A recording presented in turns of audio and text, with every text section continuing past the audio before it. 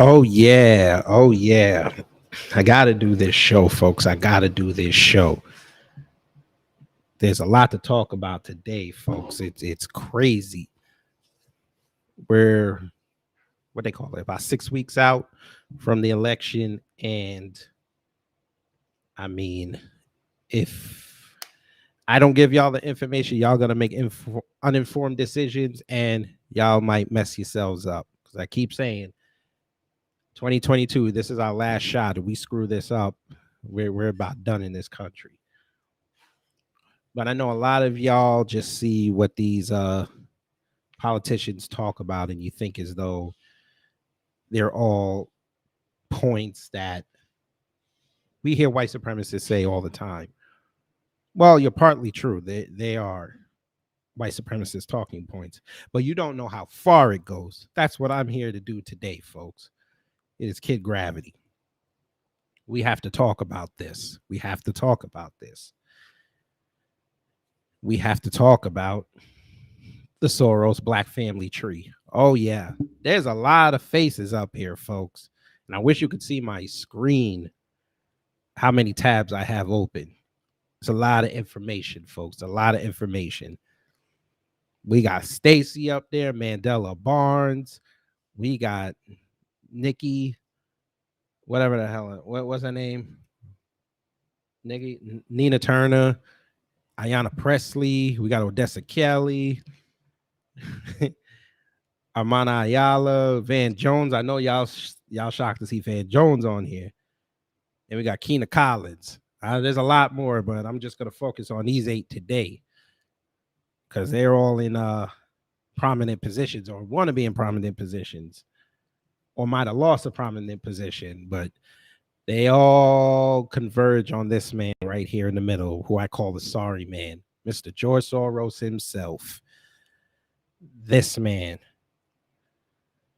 But anyway, before I get that done, let's me just let people know that the show is live and I will really starting to break down what's going on with these races, because these races are starting to heat up. And I'm so glad Stacey is losing. I am so glad, because it's about time that she understands that if you screw around with the black vote, it's going to get you in trouble. Give me 1 second. Just finish tweeting this out. And shout out to Flournoy and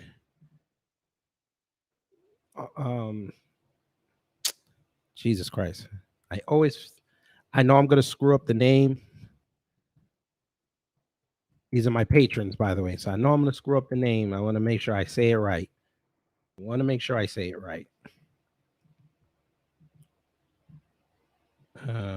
me see. Yes, M. Flournoy, hello, and Codified Trucking. I want to make sure I say their name right, because if I don't say their name right, they get mad at me. And I'm not trying to lose that. But yes, let's just finish this, and then we're going to start. I think that should be it. Yes, that should be it. Okay, let's begin. So, like I said, you see who's on the screen. Stacey Abrams all the way down to Keena Collins.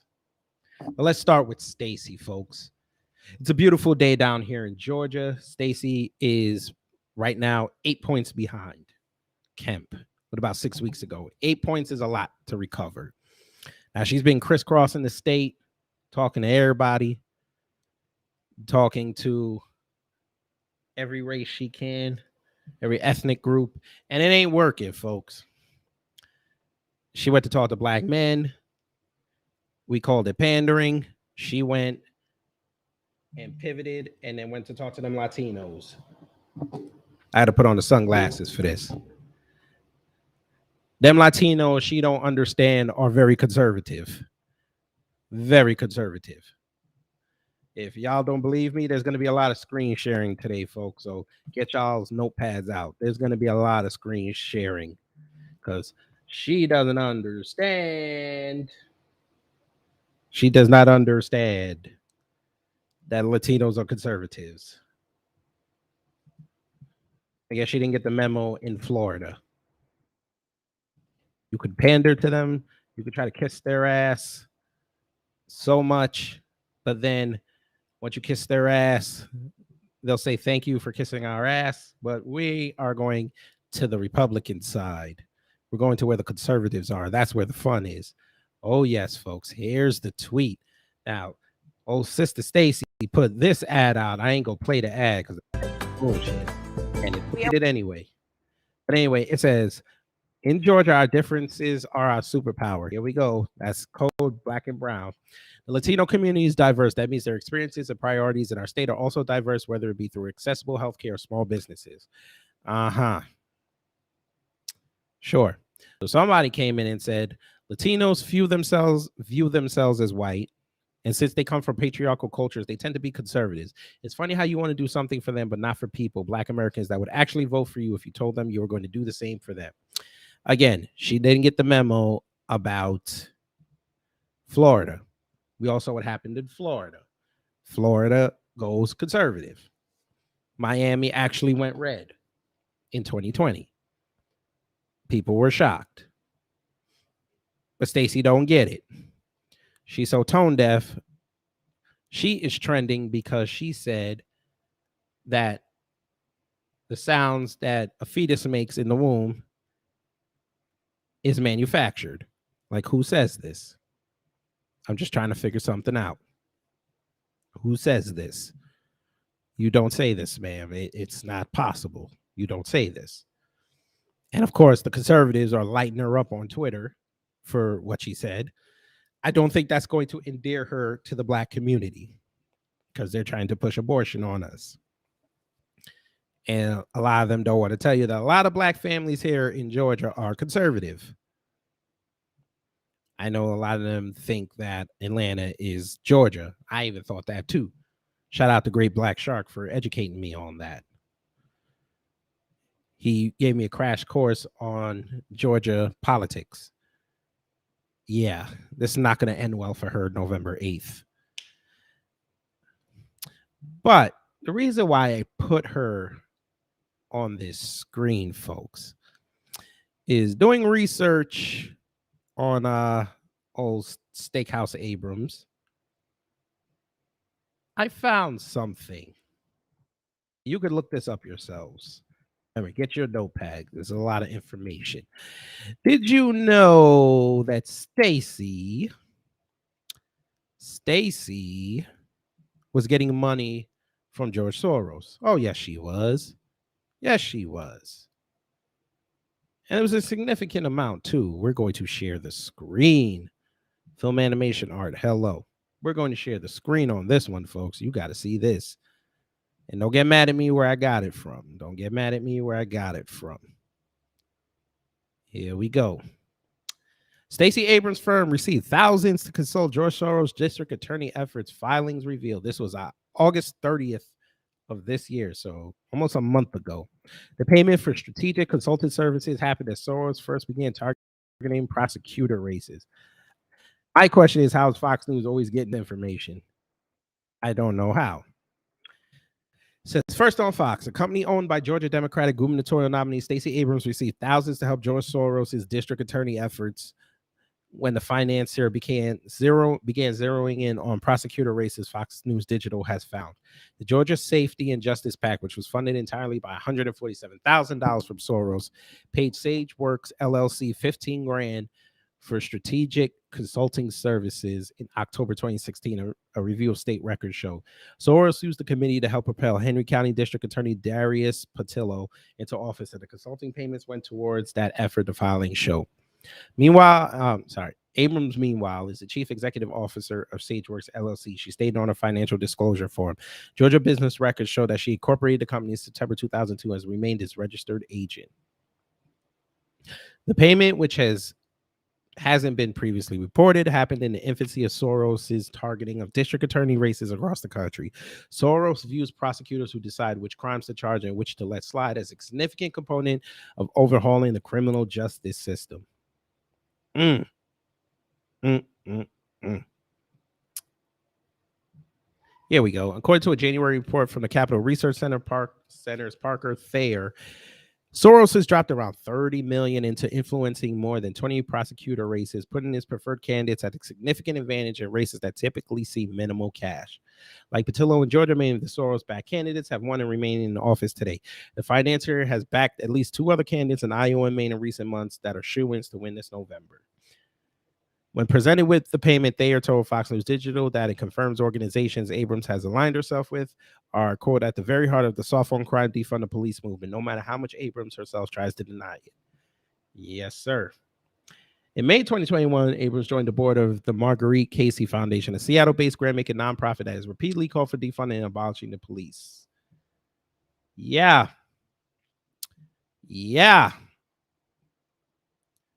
Uh-huh. Told you she was about it. RG Titan, hello. I told y'all, folks, this chick is duplicitous. She's going to screw around and get black people down here killed. So there you go, folks. There's your first connection to George Soros. Oh, Stacey Steakhouse Abrams.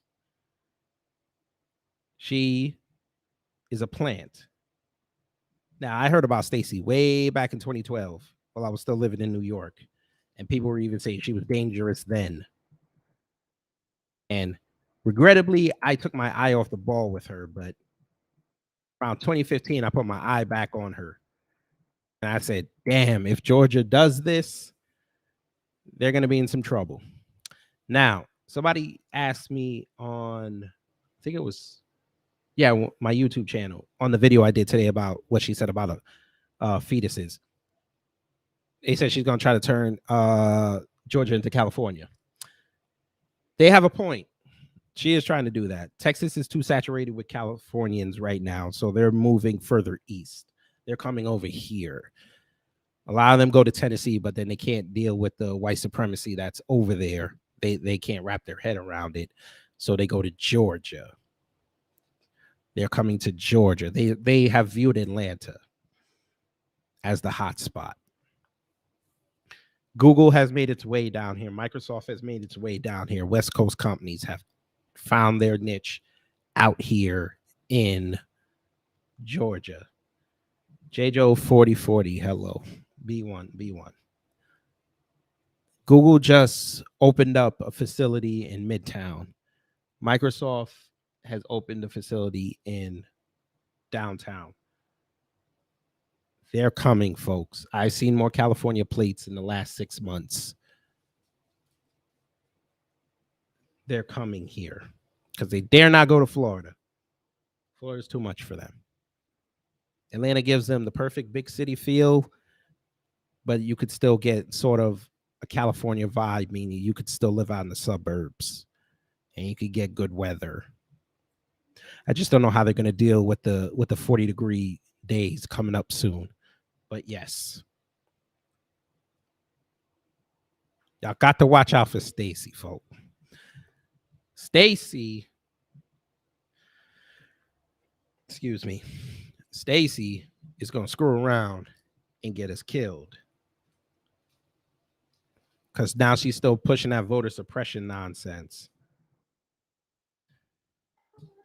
Even though she claims that there's nothing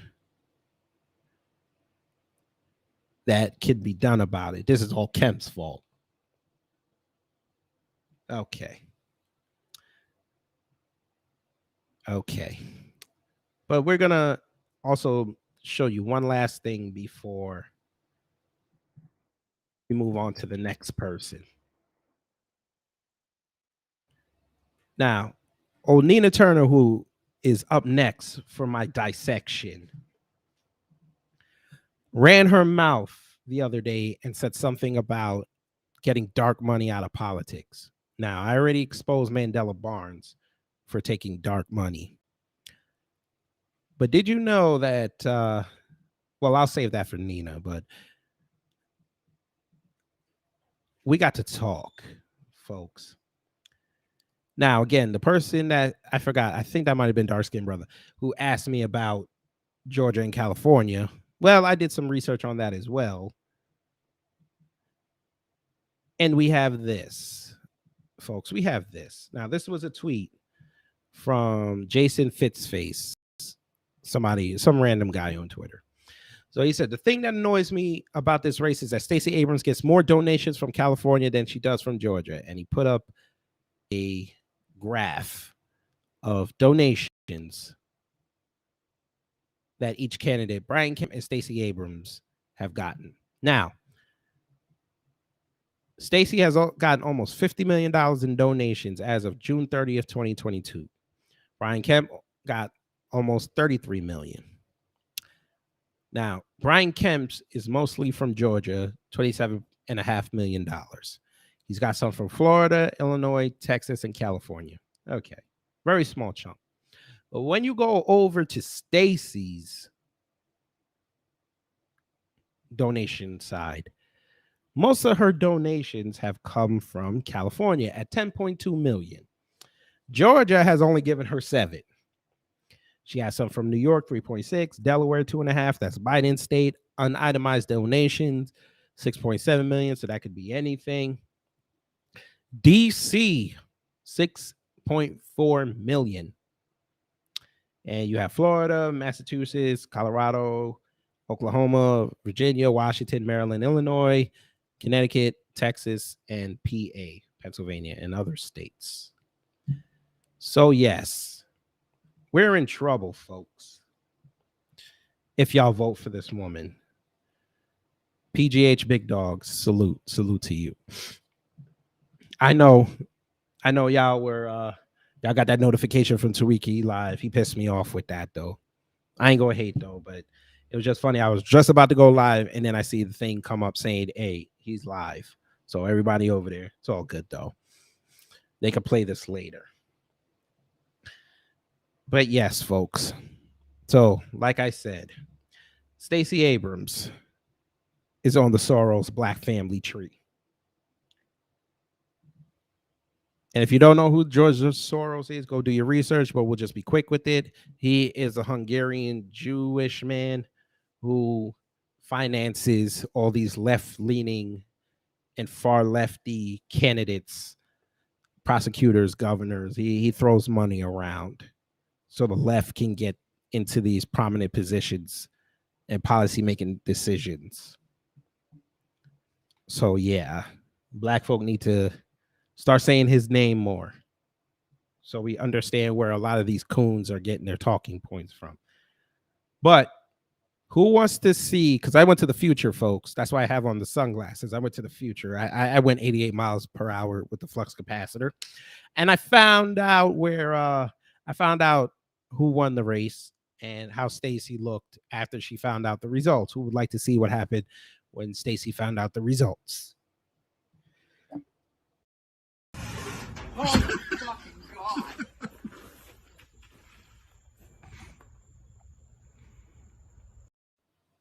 Yes, that's right.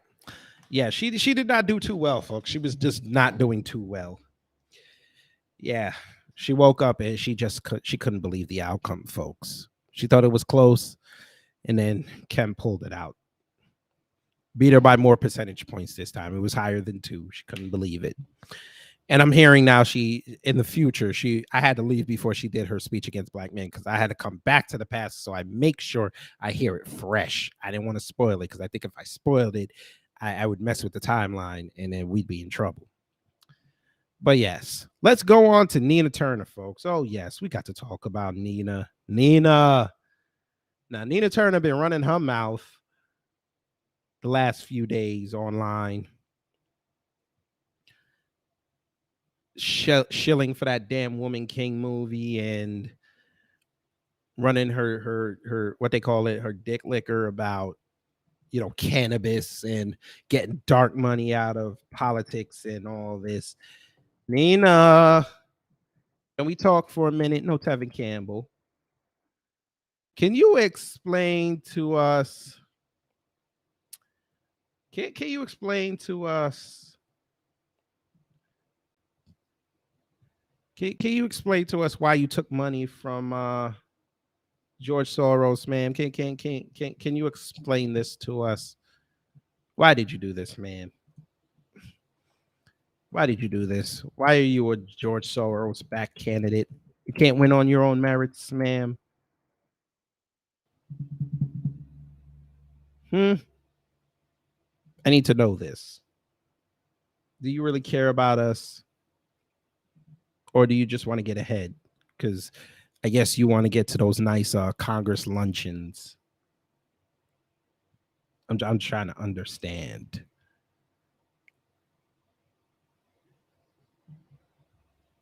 Nah, you're not gonna you're not gonna explain this to us. Okay. Fortunately for you, ma'am, I'm going to do it for you. I'm going to explain your connection to it. Now, Nina, you said something quite profound the other day. I need this. I'm going to pull up the tweet. I need this. Where is it? Where is it? Um,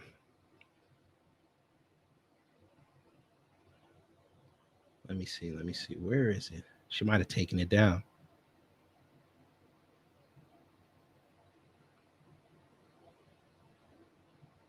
She might have taken. Wait, this might be it.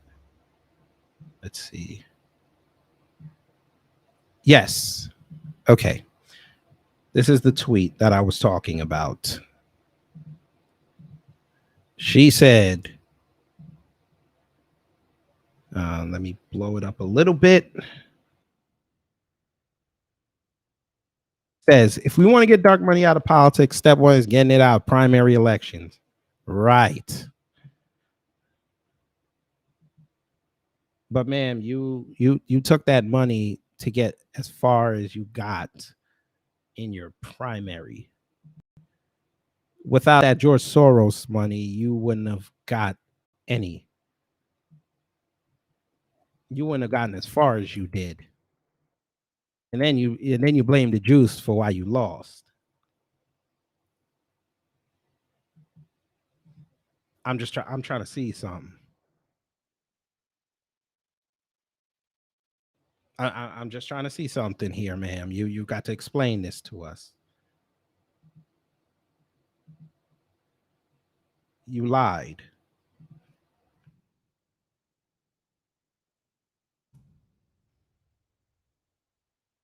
You lied to us. But Woman King is more important to you than integrity.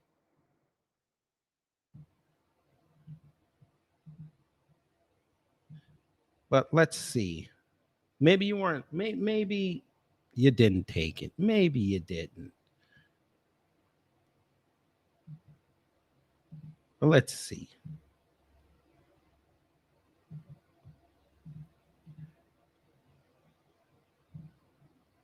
Maybe you didn't.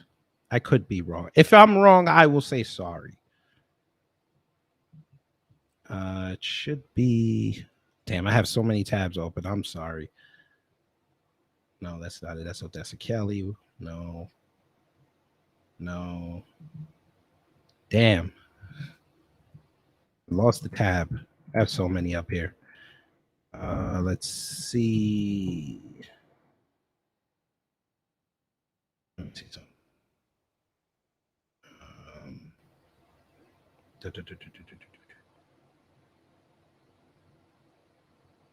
uh,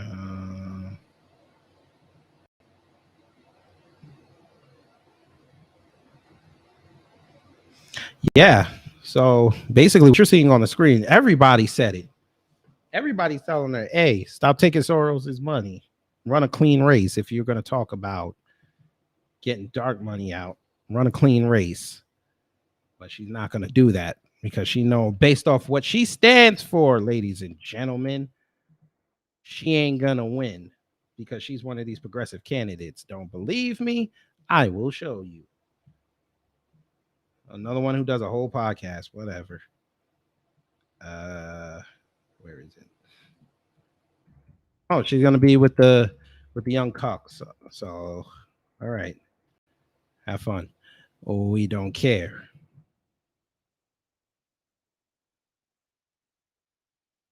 Go to her website. Nina Turner for Congress. No, I don't care. Let's see your issues. God, she looks like Joy Reid, but that's all good. Let's see. Economic justice, legalize cannabis, environmental justice, reimagining public safety. Here we go. This should be the good one. The criminal justice system is inherently unjust to black and brown people. Where have we heard that before? We need to completely reimagine how we do policing in this country. And while we're at it, let's fix the entire system from the judiciary to the streets. Okay. Implement alternatives to incarceration where appropriate. And mandatory minimum sentencing and the death penalty. But you'd be the same one calling for the white boys when they do the mass killings to get the death penalty when they shoot up black people, right? Okay. Legalize marijuana. You're trying to get to that crowd. All right. Create national policing and use of force standards. Yeah, because people want to be policed like they're being policed in California and New York and Illinois. Yeah. I'm sure these smaller states want to see that. Yeah. Okay. Ensure law enforcement accountability. That's worked. And for profit prisons and immigration detention centers. So she is for legal immigration. But they can't come out and really say it. Bail reform. Right. You lying prick. Sure. Good job, Nina. Let's tell more lies. You're not for this. You're just saying this to get that black and brown vote. But I do have a question, Nina. All right. You are for all this, right? But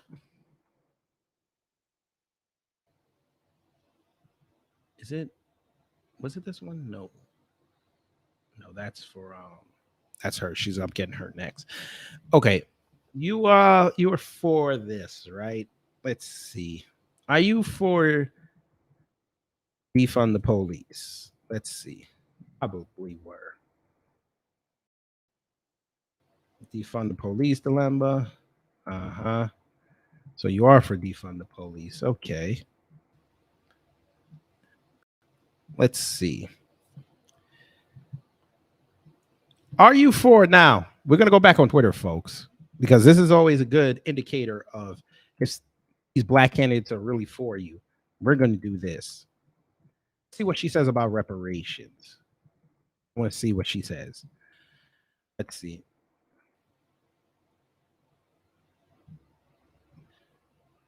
Let's see. A lot of people saying she's not for reparations.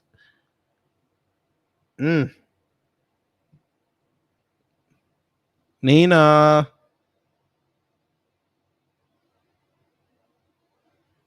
Okay, somebody said she was for reparations. Okay. Where is her tweet about it, though? Okay, maybe this is it. This is from Solidarity. Let's see. $2,000 a month recurring checks are still good policy. Huh? Wait, who's the $2,000 a month for, Nina? Oh, wait, y'all can't really see it. Hold on. Who is this $2,000 a month recurring checks for, Nina? You see how you don't say black folks? This could be interpreted as this is for everybody. This ain't for black folks.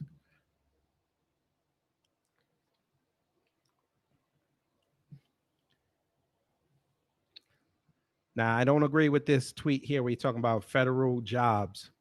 No. That's not going to cure the wealth inequality gap.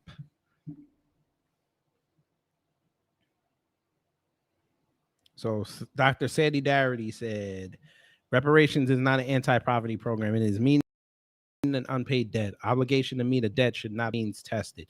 Means tested apply for Japanese Americans. That is true.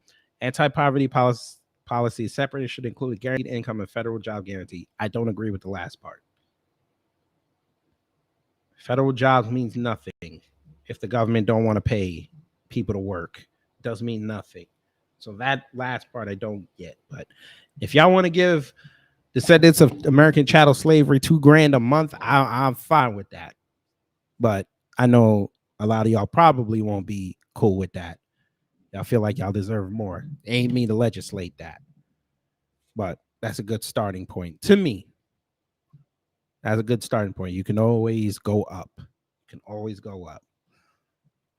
But yeah, but if you're going to say a statement like that, Nina, you got to be specific. You've got to be specific. Because again, this could be for everybody. And we've seen how giving out free money has worked in this pandemic era.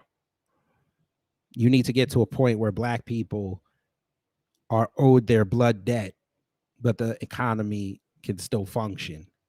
$2,000 a month, okay, $24,000 a year. You might as well just pay them all out that one time per Black person.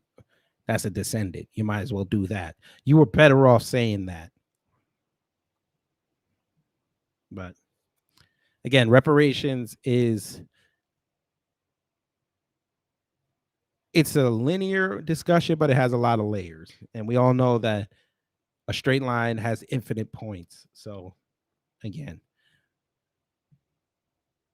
it's a very nuanced subject matter to legislate.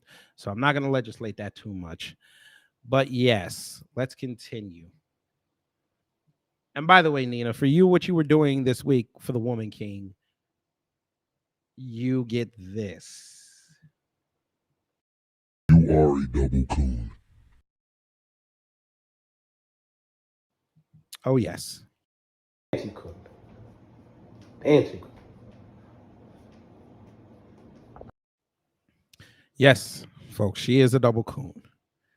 And yes, folks, if you have just joined us, we are talking about the Soros Black family tree. So we've already knocked off Stacey, knocked off Nina Turner.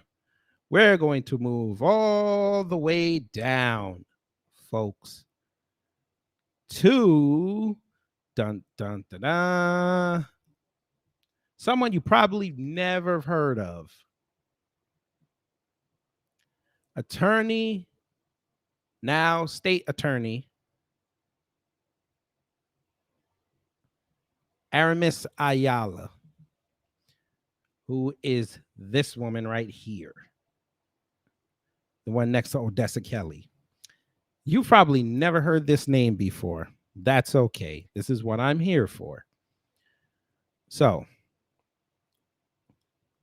we are going to quickly view Miss Aramis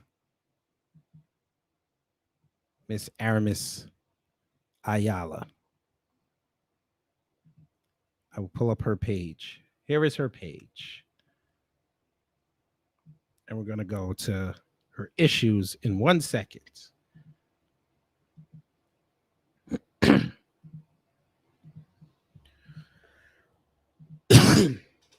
Here we are. That's her. Aramis Ayala. Down there in Florida.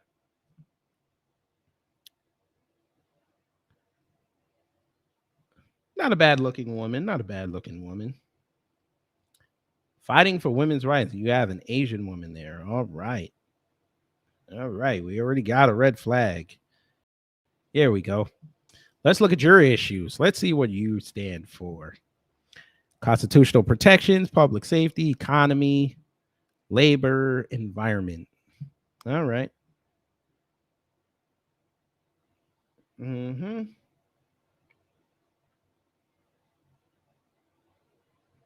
Okay. I mean, on the surface, it looks well. But, you know how I do things. I go deeper I go deeper. And yes, she is a Soros back candidate. But we'll show that first before we go into her little controversies that she had.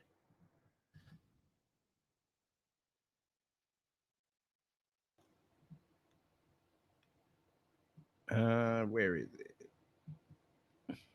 Here we go. FloridaPolitics.com, folks. FloridaPolitics.com.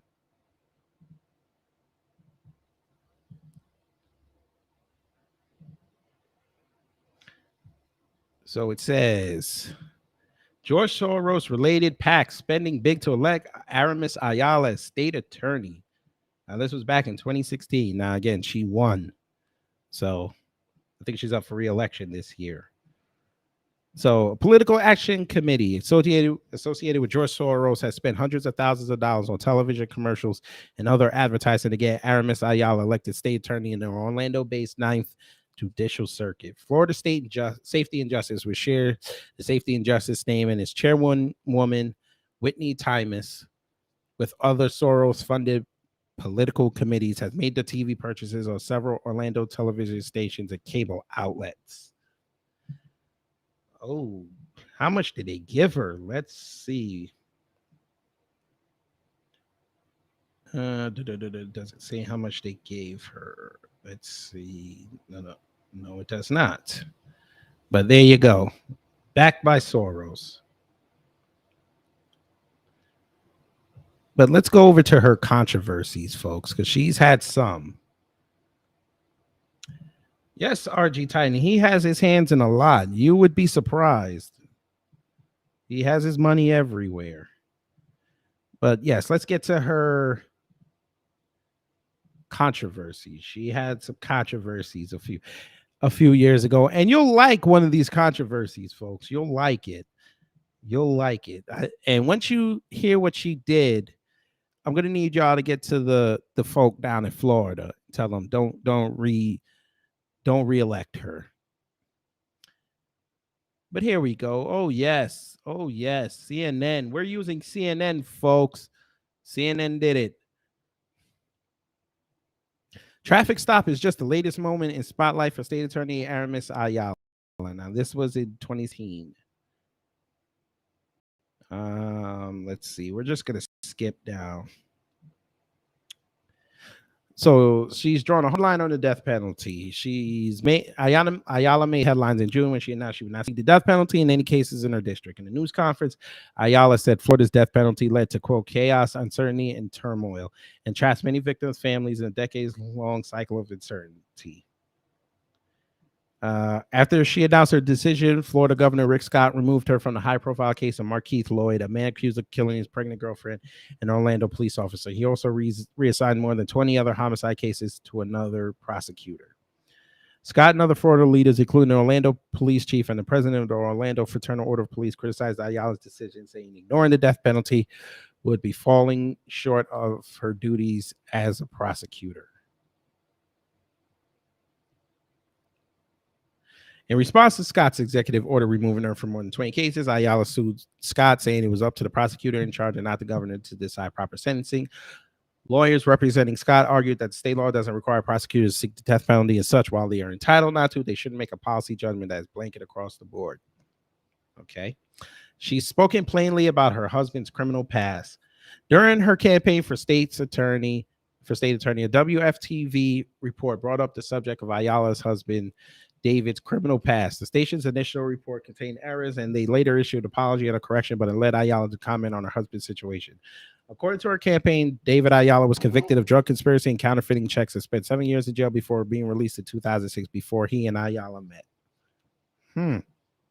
Okay.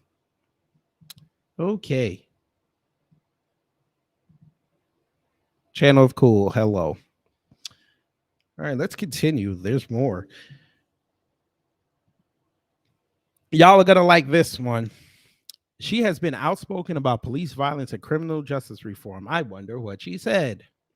Ayala has used social media to speak out regarding high-profile cases of police violence. In July 2016, she said she was shocked and saddened by the shooting deaths of Alton Sterling and Philando Castile calling their fates a death sentence. A day later, after a shooting in Dallas that took the lives of 5 officers, she clarified her position. There is no contradiction in supporting law enforcement while also saying there are serious issues with the relationship between police and some of the communities they serve. I'm going to read that again.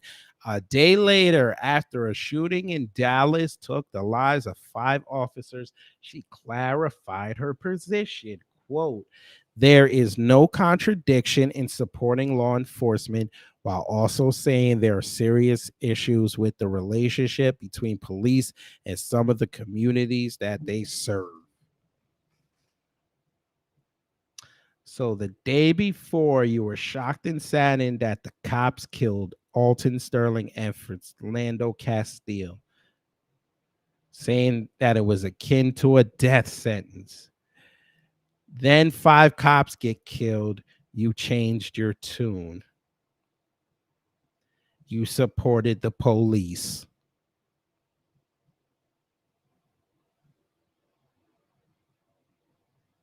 And you're a state's attorney.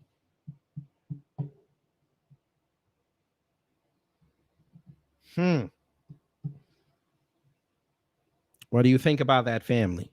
I will give y'all a moment to litigate that. I will give you a moment to litigate that.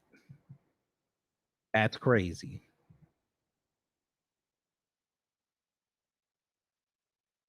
This woman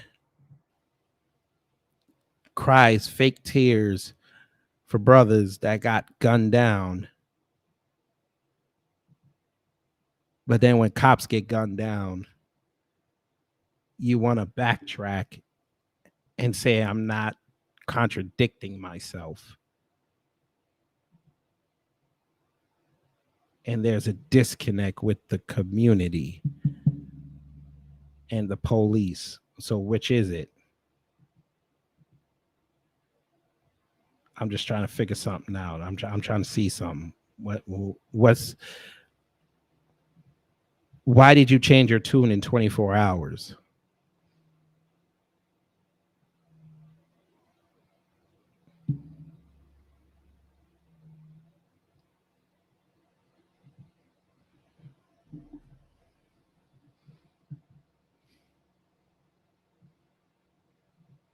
Interesting. I just want to throw that out there for the folk. That's interesting. That's a hell of a turnaround.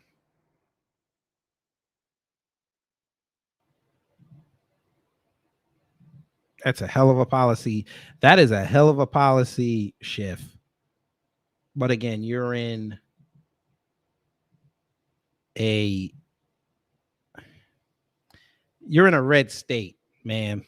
So I understand you have to kiss the cops' asses. I get it. But then I don't get it. You were better off saying nothing about Alton Sterling and Philando Castile. You were better off not saying a word. Because now you sound like one of them black conservatives. I'm just saying. You sound like a black conservative. Oh, it's the black community's fault. The cops are great. You sound like one of them. But okay. You got it. You got it, man. Glasses back on. You got it. But let's continue, folks. We're talking about the Soros Black family tree. So we've knocked off 3 people. I know I've only been going after the women so far. Don't get mad at me. But they're the biggest beneficiaries of his money. So we'll get on a guy next. Pause. Now, again, I did Mandela Barnes the other day. So you can check out that video on my channel. I'm not going to litigate. I might just put him in the thumbnail because he's going for, Senate seat. He's going for a Senate seat this November. So, yeah, Wisconsin got to step up. But I know a lot of people see this picture on Soros of Van Jones. And they're like, he's not a politician. He's not a politician. He's just on CNN crying every time he don't get his way. Well, that is partly true, but I bet a lot of y'all did not know something about Van Jones. Family, did you know that Van Jones is a communist? Oops, there's that C word. I'm not allowed to say that online, but I'm going to say it. Yes, family. Van Jones is an admitted communist.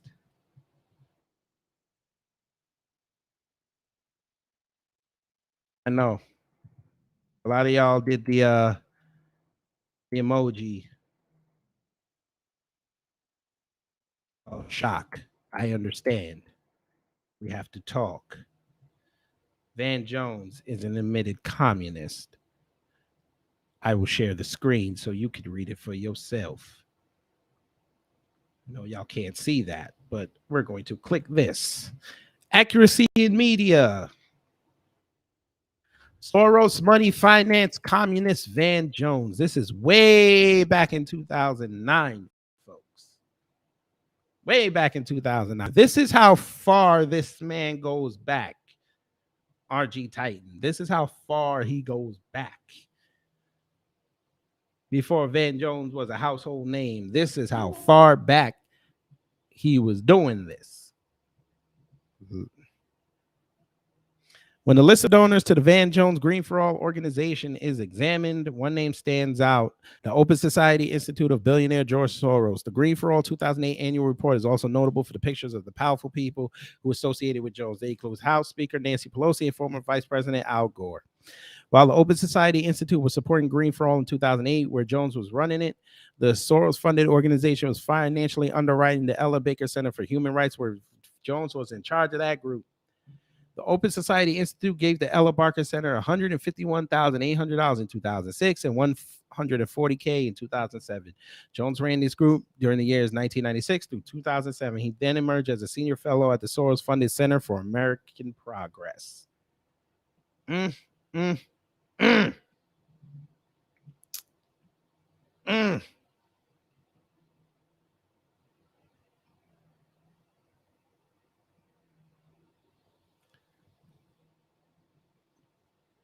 Did y'all hear that?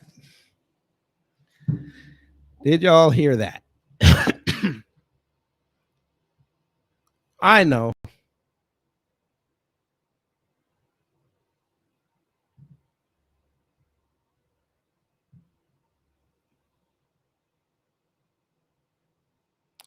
Now remember, Van Jones had a job in Obama's White House. 2015, we're going to take another look. Van Jones, in his own words, we're going to take another look at our new green jobs czar, or special advisor to the president of green jobs, or whatever they want to call him. But what I want to do is really take a good hard look at who Van Jones is.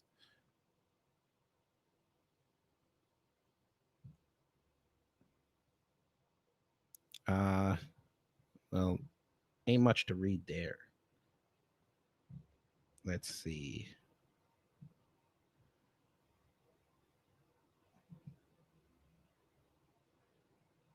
I mean, everybody had this, but I guess CNN said, we need a black guy.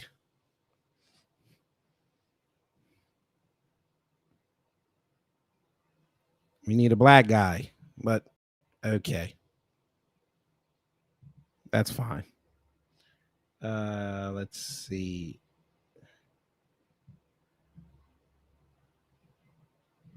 Apex Prowler, thank you for the super chat. Fruit from the poisonous Soros tree, salute. Oh yeah. Y'all gotta understand, folks, this shit goes deep. A lot of these people you hearing outside talking right now, that's Soros talking points that they're talking outside. Because no matter how much y'all don't want to admit it, they told y'all. The Democrats told y'all. Do not promise black people anything. I'm going to pull that up right now. DNC edict way back in 2014. Do not promise black people anything because they know we will ask the questions. We remember things. Let me see. Shit. Damn, I should have emailed it to myself. Here we go. Even that rag Huffington Post said it. Now, this is just a little intermission before we finish off the rest of these candidates. This is a little intermission. For those who always heard, don't promise black folks anything. Just so you can show your friends and your family that are planning to go vote Democrat in 6 weeks. Leaked 2015 memo told Dems don't offer support for Black Lives Matter policy positions. Now, that just wasn't Black Lives Matter, folks. There was other things in there.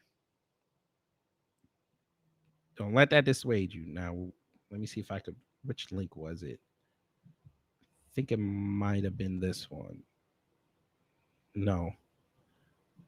There was a link. Oh, where the fuck is the link? Ah, here it is. Yeah, this one.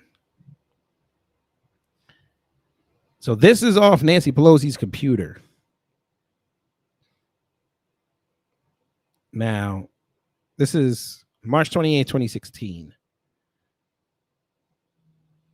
So this is all money that got sent in to this, what they call DCCC. But here we go. So this is their position on BLM. Tactics. Meet with local activists. If approached by BLM activists, campaign staff should offer to meet with local activists.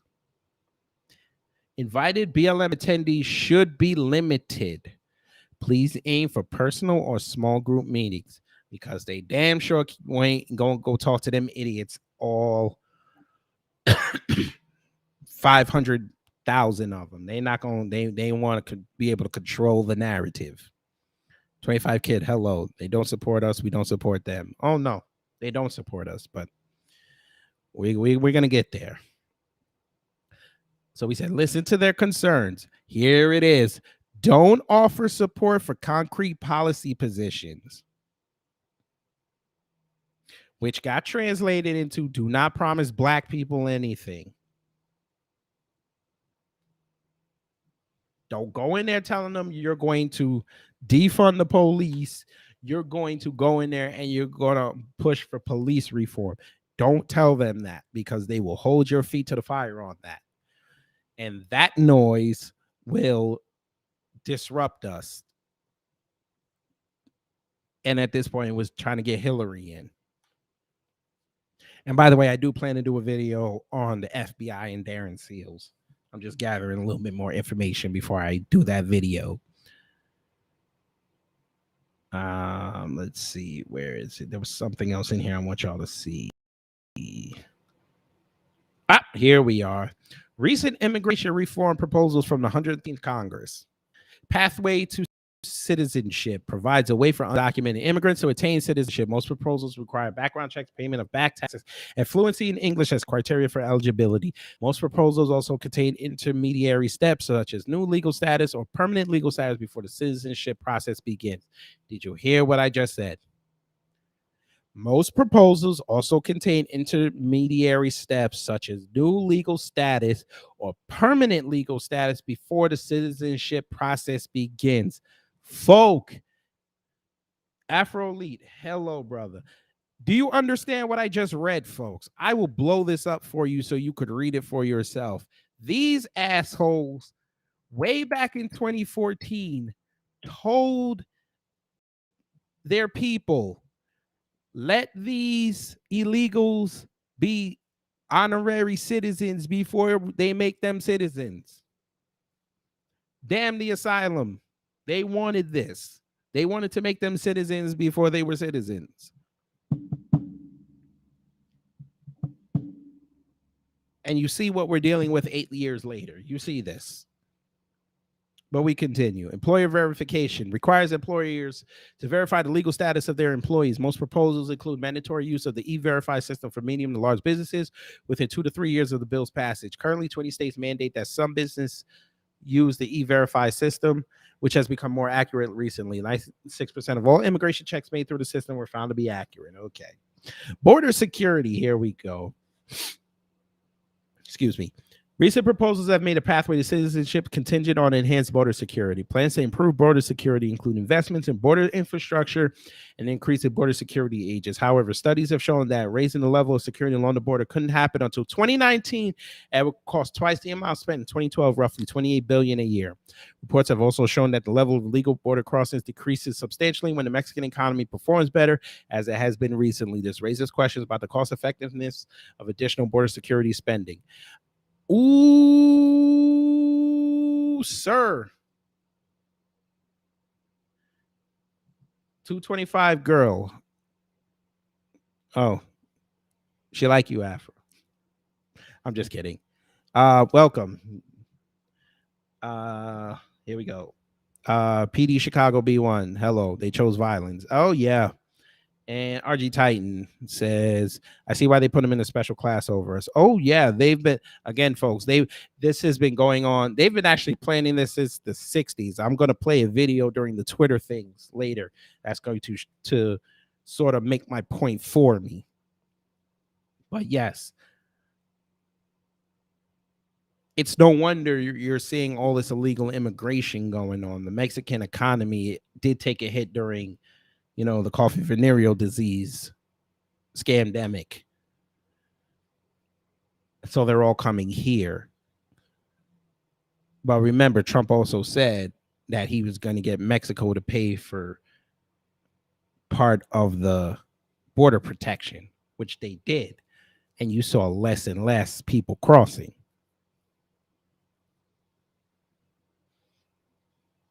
Here we go. We could talk about STEM, but we already know. Dreamers, unauthorized immigrants who are under the age of 31. Here we go. Entered the United States before 16, have lived continuously in the country for at least 5 years, have not been convicted of a felony, a significant misdemeanor, or 3 other misdemeanors, and are currently in school, graduated from high school, earned a GED, or served in the military. They are considered dreamers. I ain't talking about ISIS, Benghazi, the Latino Council. Now, this is about some guy named Gilbert Casellas. Guess he's a big deal in Philly. And yeah. And they want to get him on board because I guess he's a moving shaker. And this is just all money. Yeah. But yeah, folks, there you go. You have seen the proof that they don't want black folks to succeed in this country. The immigration was ramped up when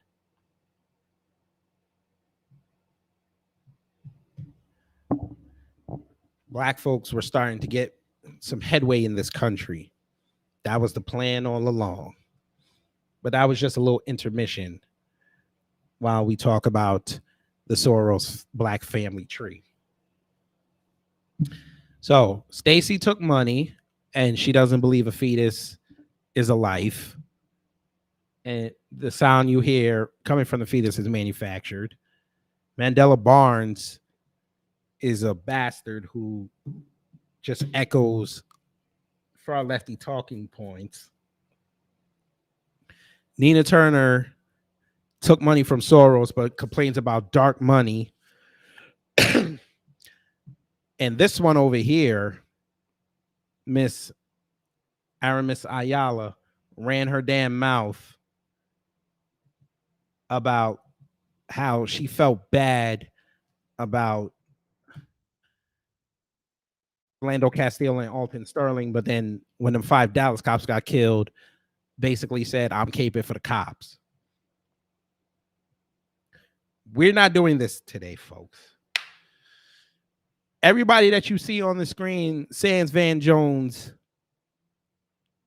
and somebody else who we'll get into later, has their seat coming up.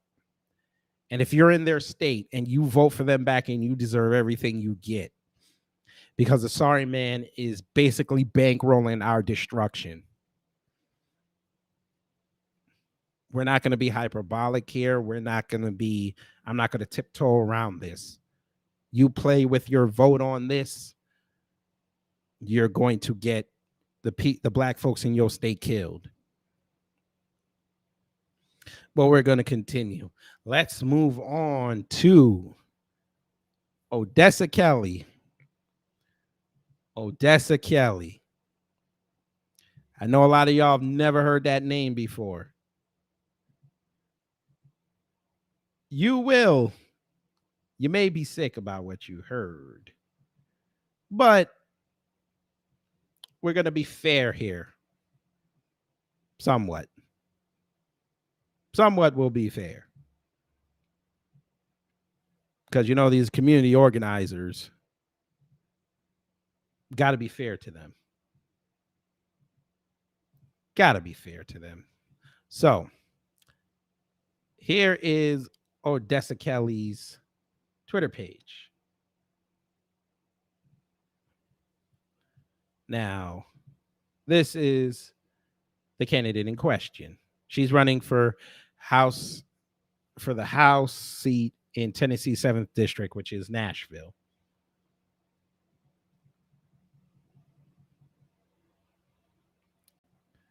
All right. So, Odessa Kelly. Would y'all like to see her campaign thingamajiggy bob? I know y'all would love to see it. Let's see.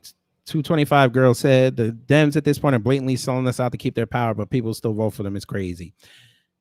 Because they don't know no better and they don't do research. They're afraid to do research because they're afraid to find out everything they believed in was a lie. But yes, we're going to talk about Odessa Kelly now. Would you like to see her issues? So here we are. We're going to turn this off and we're going to switch screens.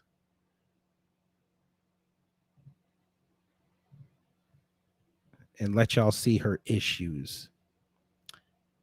All right, folks. So this is her campaign website, odessaforcongress.com. So here's her issues, because we always go to issues. She has her own store, folks. What do you sell in the store? Let's just quickly see. Okay, t-shirts, a mask, sweat long sleeve tee, a pride face mask. Ooh, okay. A pride face mask. All right. Okay. And are you selling them at AOC prices? No, they're all between $20 and $25. Okay. And she's competing in the marketplace. Okay, issues: economic justice, coffee venereal disease recovery, Medicare for all, Lord have mercy, justice reform, of course.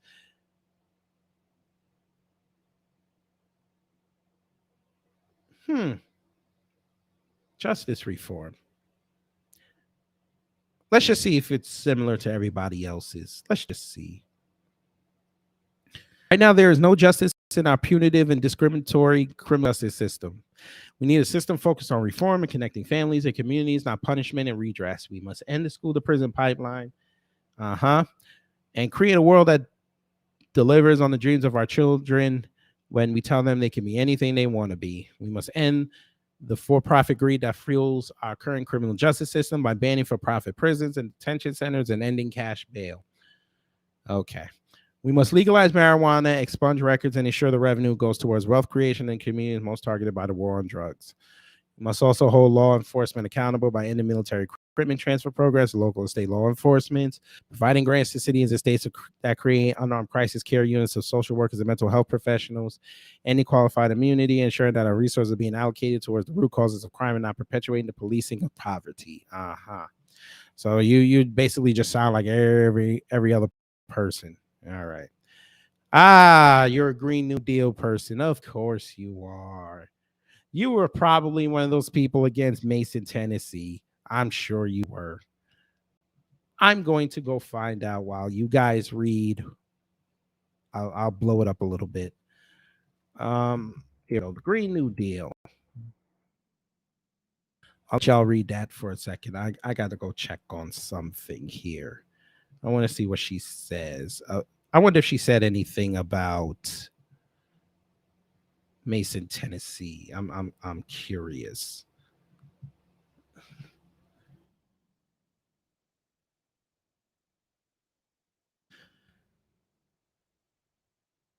Okay. Let's go back to her page. You're another one of climate idiots. The Green New Deal. Yeah, okay. Folk.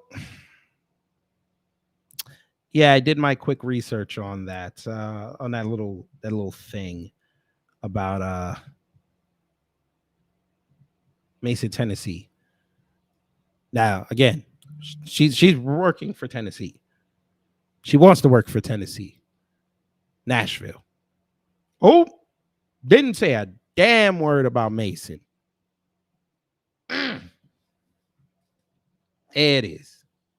If y'all don't believe me, I'll see it right there. Odessa Kelly, Mason, Tennessee. Not a word. So there you go. There's your people.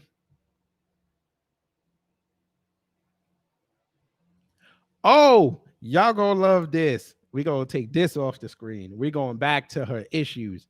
She's got immigrant rights. She has this on her page. Yes, she does. She has immigrant rights. I am curious to see what she says about immigrant rights. Let's see what she says. I'm not even going to touch the LGBTQ stuff. Our immigrant brothers and sisters deserve the right to seek a better life in America, but policies that criminalize immigrants and tear families apart have tarnished that dream.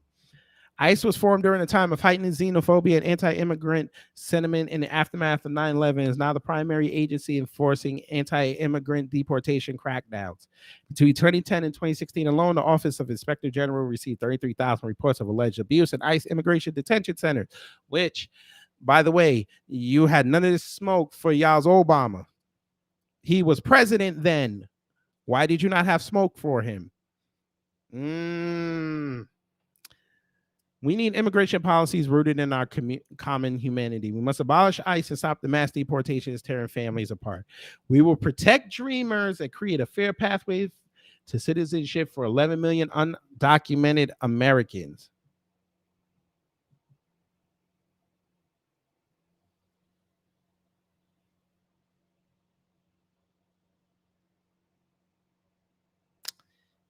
Yeah. If they're undocumented, how are they American? I'm trying to see something. Y'all tell me in the chat. If you're undocumented, how can you label an American? I'm trying to figure something out. I didn't know how that worked. I don't think I can go over to Mexico and be considered an undocumented Mexican. I don't think that's how that works. I couldn't go to Canada and be an undocumented Canadian. I don't think that's how that works. They will send my black ass right back across the border.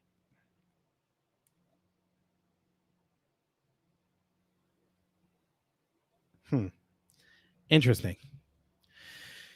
Yeah, Odessa Kelly. Odessa Kelly. That's her.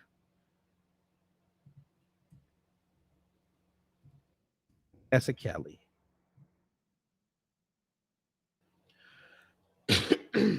Excuse me. But Odessa Kelly took Soros money. Yes, she did.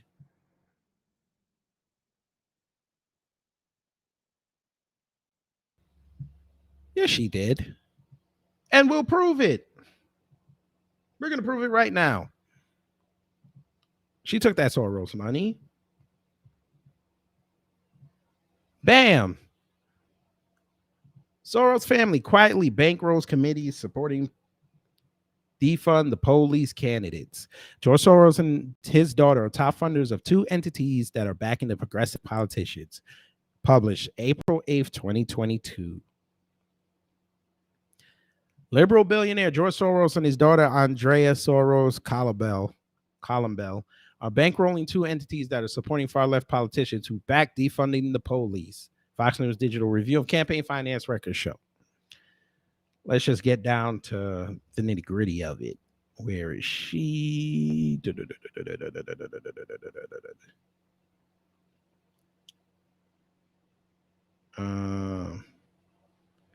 That's old Corey Bush. Odessa Kelly, attending to win a House seat in Tennessee's 7th District, was given nearly $41,000 from Lead the Way 2022. Kelly signaled her support for defunding the police in an interview with our data bodies. Some of the groups out here who are 100% push the protection of our communities, 100% push the protection of our communities and are leading the defund the police charge and all those things. I'm on board with you, Odessa said during the interview.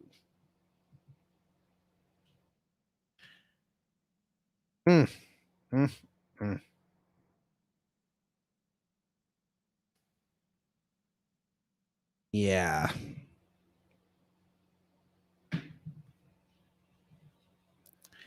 Okay, Odessa. You're taking money for Soros. All right. Hey, give me the line one time. Check. Yeah. Okay, Odessa.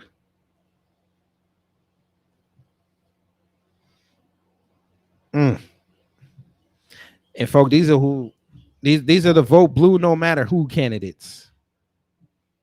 This is them. These are the people gonna get us killed. Don't listen to them. I'm telling you this right now. Make sure you show this to them. The Soros Black family tree. Make sure you show this to them. So Stacey gone, knocked him off. We already know about Ayanna. I'll show her connection to Soros in a minute. Van Jones is an admitted communist.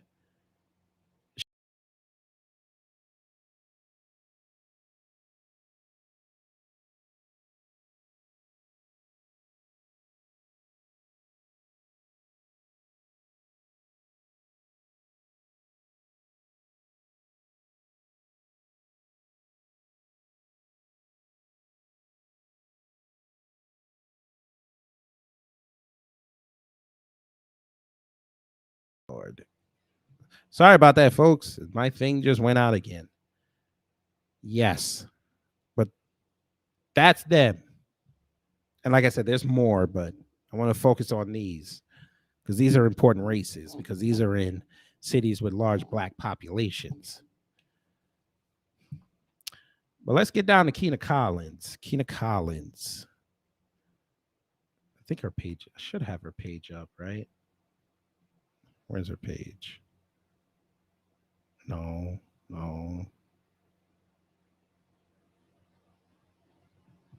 Wait, let me see something. Is this her page? Oh, no, that's somebody else. Where is it? I got way too many tabs open. No,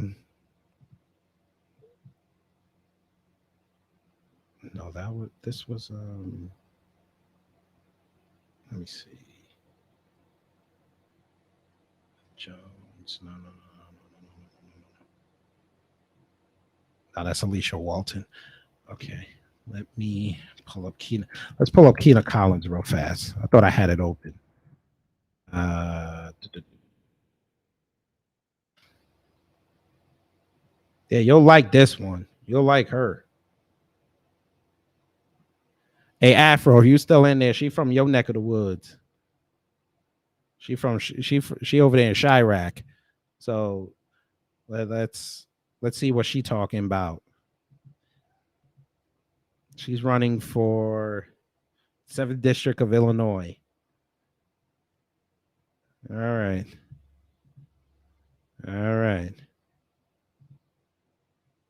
So she's standing with some Hispanics. All right. Some Hispanics and Black folks. All right. Let's see her issues.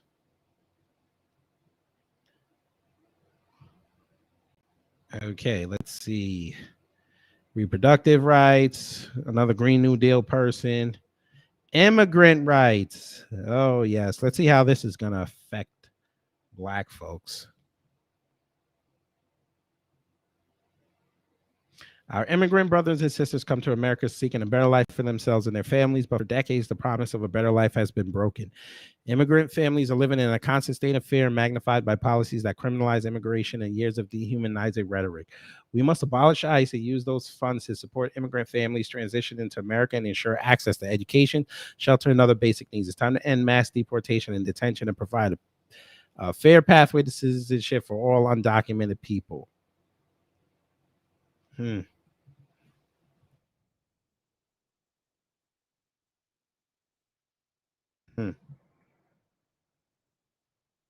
What y'all think about that one? By the way, she got $28,000 from Lead the Way, and Odessa Kelly got $41,000.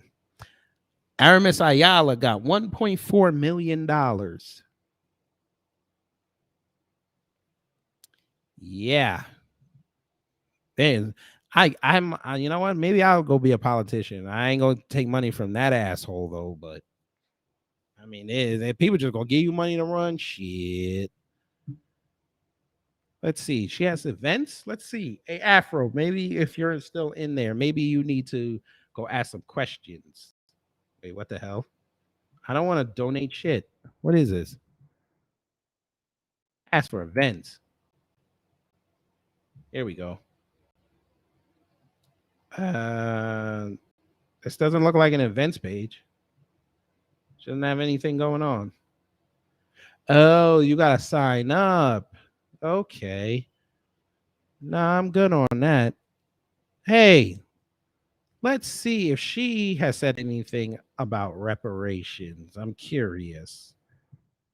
She said anything about reparations?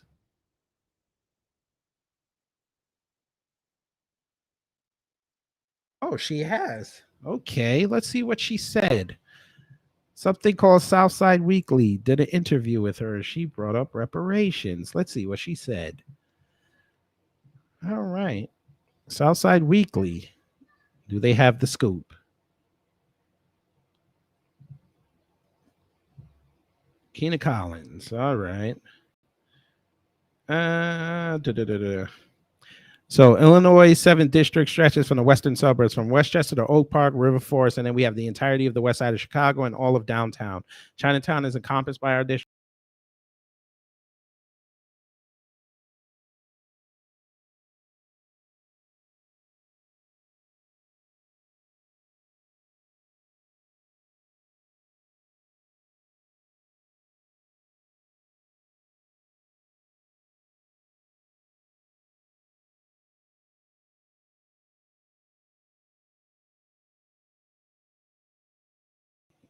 All right, real quick.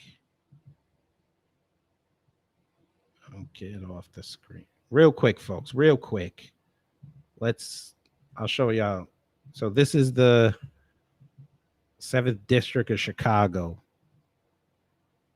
That is a huge swath of the city. Jesus. I'll zoom in.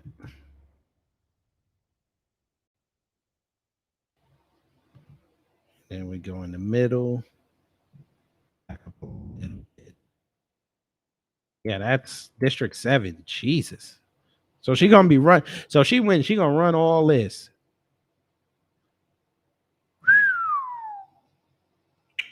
All right. Okay. You got it. All right. Back to that interview. Where is it? Shit. Where is it? Hope I didn't close it. Damn it. I closed it. Ah, fuck me.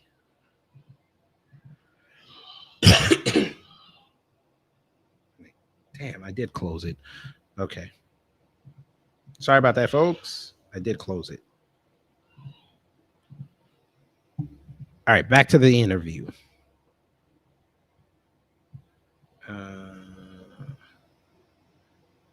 Okay. What do you think are the top 3 issues faced by the constituents in the district you're running for? Gun violence and public safety and healthcare. All right. How would you address those issues if you're elected? Federal resources. All right. All right.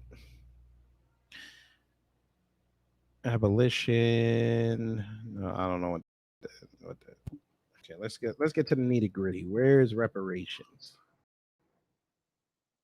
Okay, here we go. Reparations look like to you? I think reparations are necessary. Support reparations for American descendants of slavery. Okay, she might be on code. I support reparations for education, housing, obtaining land, making sure that it serves as a great equalizer for our ancestors building this country for free. I think we have to be more full-throated about the conversation of reparations because it's not a typical platform that many people in many districts talk about. But it is something that it is something that I think she meant that an argument could be made for sure.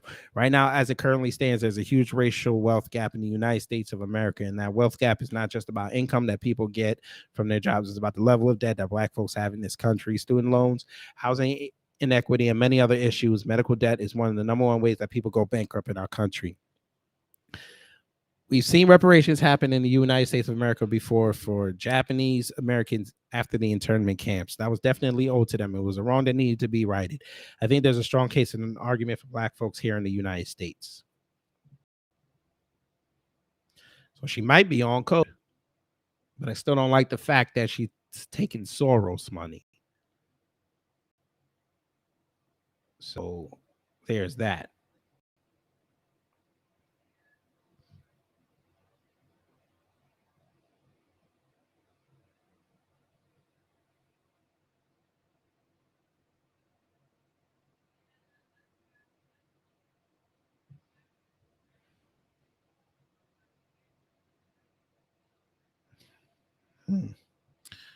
All right, so she might be. She might be the only one I might give a pass to. So at least she's talking right about reparations. Her right here.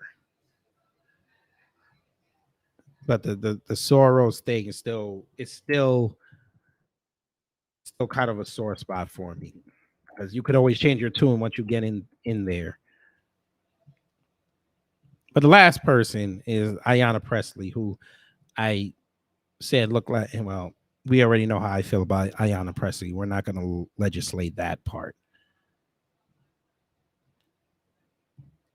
But yeah, this is from New Boston Post. And of course, I can't read it, but all right. Forget you then.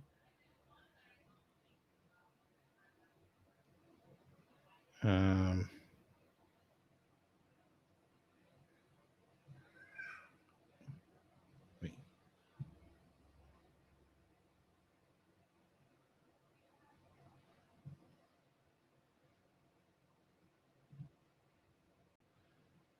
We'll do this.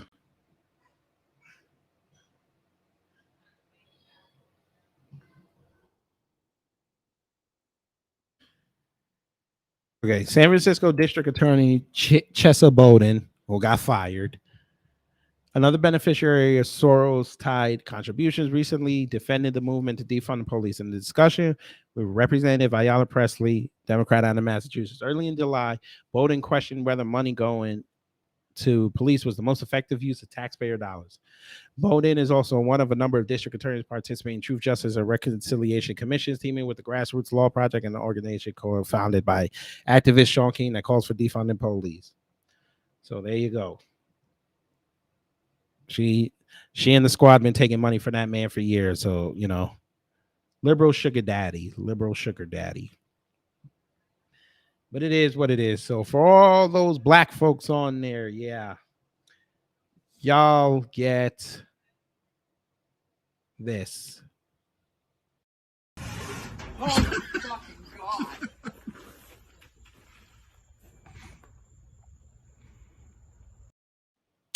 because that's how y'all going to look November 8th when you lose your seats. Because the people, and I'm talking only about black people, we tired. We are tired. Because we see y'all who y'all are. Y'all are this. Are a triple coon.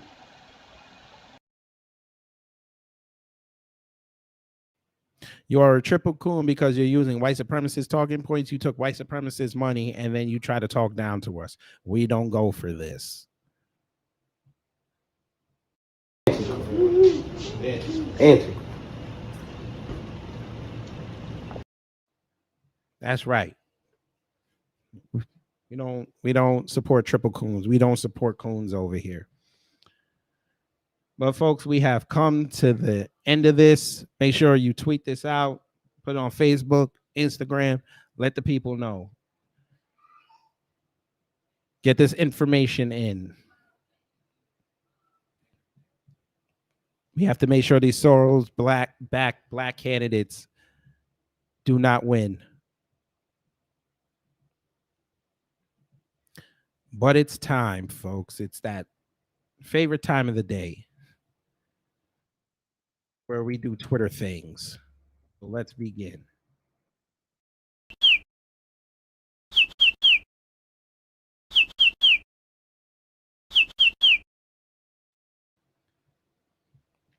All right. B1 Beatzilla. Hello, Beatzilla. And you're almost at 1,000. Hey, if y'all got some friends, maybe like 20 of them, let's get this brother over 1,000. I want to see the party he rolls with.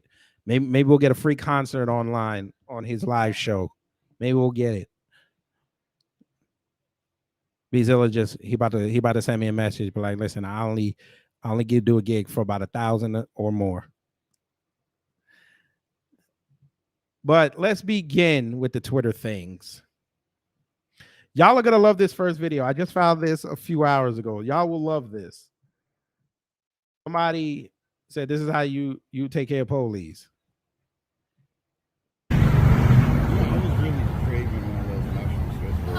Does sound pretty good. I know. We'll have to go to another location. Yeah, we can probably hit Battle Creek. There we go. This one. Yeah, we can do that. We can go to Battle Creek. Yeah. I like those mushroom Swiss. Hello. I mean, the spicy chicken. Are we not being verbal? Nikki the God, hello. Yeah, that mushroom Swiss does sound We're really just good. trying to have a conversation. We're not trying to yell at you guys. I do like the Crunch Wrap Supreme. I like the cheesy bean rice spaghetti. So they're basically ignoring the cops talking about Taco Bell. It's hilarious. I like the Burrito Supreme. They're charging $5 for that. Are they really? Thing now. Really? That must be the extra sour white cream. people. See, white people can be funny. Yeah, they must be putting extra sour Once every cream. revolution around the moon. I always add extra sour cream, so that puts it over $5. Yeah, really it does. Mm-hmm. Just for one simple burrito that I can make at home for like 50 cents. Right. Crazy. It is crazy. Totally insane. Gentlemen, can we have a conversation about what's going on?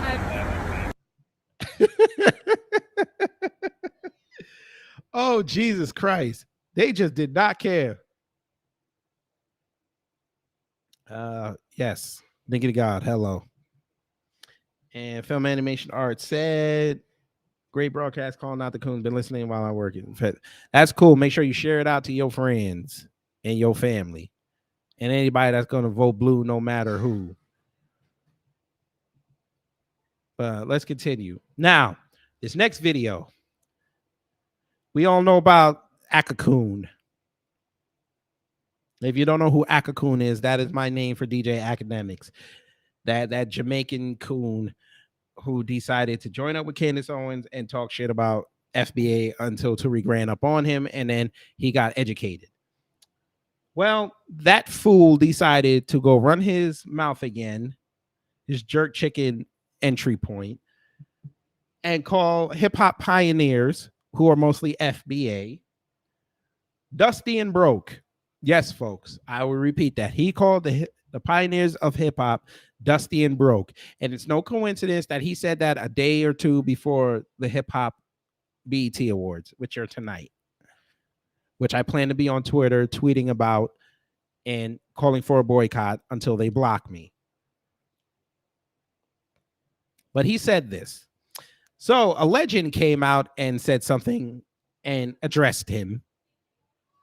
And that was none other than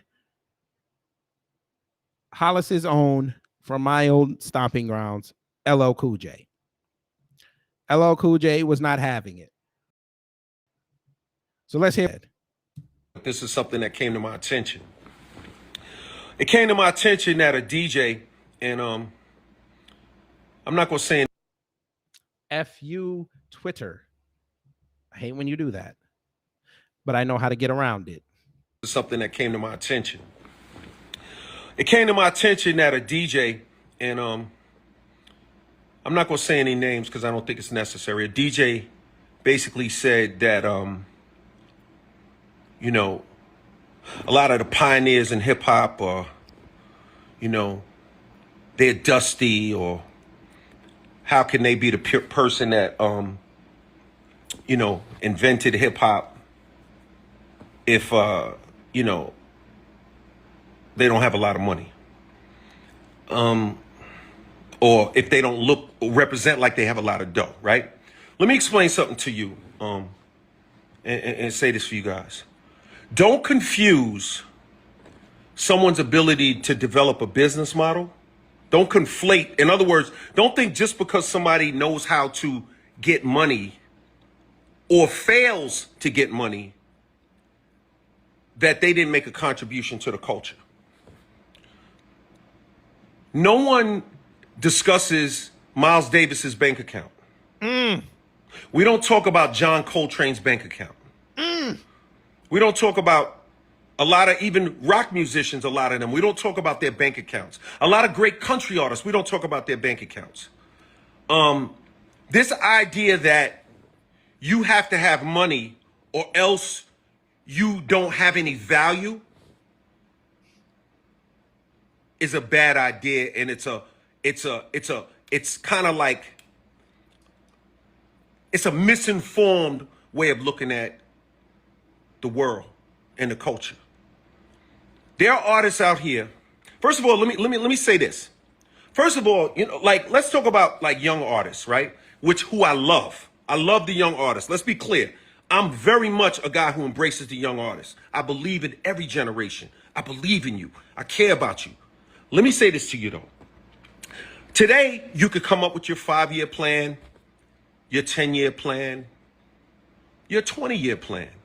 You can go find a manager. You can find an accountant. You could find somebody that means something to you, you know, to help you. You could find a team to help your career go to the next level. When hip hop first started, there were no managers.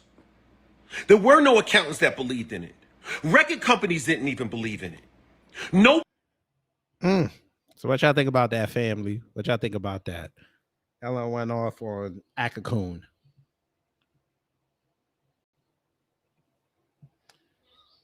RG Titan said it's disingenuous, and Ella makes a good point. Yes, he does. This is, once again, Caribbean and / African folk disrespecting what FBA and Black America has created.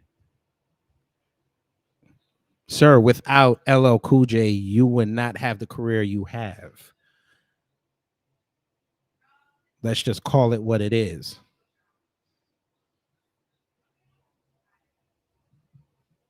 If that man didn't start spitting, a lot of rappers do not have careers. He was the first artist signed to Def Jam. Without him, Jay-Z doesn't exist. Run DMC probably doesn't get as much world play as they do. Y'all got to stop doing this. Don't disrespect the icons because you feel as though history is being written by you guys because you have way more visibility thanks to social media. Don't do that. A lot of these artists weren't, like he said, weren't even getting paid. Like, a lot of these artists were doing those open mics where you would hope you win a pool of $50. most times you don't get paid a damn thing. Hoping that somebody would say, hey, who is that? Busting your ass all over the city just so an A&R could somehow hear your name and say, oh, they're going to be a so-and-so club. Let me go check him out. He's making all this buzz. But of course, your dumbass goes outside and says stupid things like this again. You didn't learn the first time. I get it. See, this is a problem. I've talked about this before. This is a problem with Jamaican folk. We are very hard-headed. Sir, Tariq educated you for 2 hours, and you still ran outside and ran your mouth. So you didn't learn nothing. Okay. You'll learn very soon, sir. You'll learn very soon. But let's continue. Now, I showed you guys this earlier in the broadcast when I talked about Stacy with the donation. Kamami. They got the call that they need to talk about black women yesterday. So Kamami ran outside and said, to build an economy that works for all of us, we must build an economy that works for black women. On Black Women's Equal Pay Day, so another one of these holidays that the government had made up, we recognize that for so many women, the gender... I got to back up a second, folks. Wait a minute. On Black Women's Equal Pay Day, we recognize that for so many women, the gender wage gap acts as a virtual tax, making it more difficult to pay the bills and invest in their future. Wait a minute, ma'am.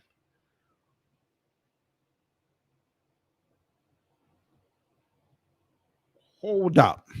All right, let me read this comment before I go off on Kamami. 225 girl said, LL has earned the right to speak and call it out. He is one of the few artists to come from the golden age and still have success the last few decades. Yeah, I do. I still want to see him do a versus against Will Smith. I think that would be the highest rated versus in history. And they got to go do it in New Jersey. They can't do it in New York or Philly. Put their 20 songs against Will Smith's 20 songs. I need to see that versus. I need to see that. I need to see Will Smith from Fresh Prince of Bel-Air versus Marion Hill from In the House. The streets need this. The streets need this. But back to what Kamami just said. On Black Women's Equal Pay Day, we recognize that for so many women, the gender wage gap acts as a virtual tax, making it more difficult to pay the bills and invest in their future. Yet, a video that I'm going to do, I'm going to preview it for you. They said single women are making more money than single men and married men. But you're talking about Black Women's Equal Pay Day, but then you generalize and talk about all women. Because if you were just talking about black women, you would have said that recognize that for so many black women. And Queen Bee on Twitter had it right. What about an economy that works for black men? Also, this should be about a black nuclear family. She's not going to talk about a black nuclear family because she's not in a black nuclear family. So why would she talk about that? But we're going to continue. Now, this is down here in Atlanta, allegedly. Somebody figured out how to hack one of the construction signs and wrote no reparations for FBA, no vote.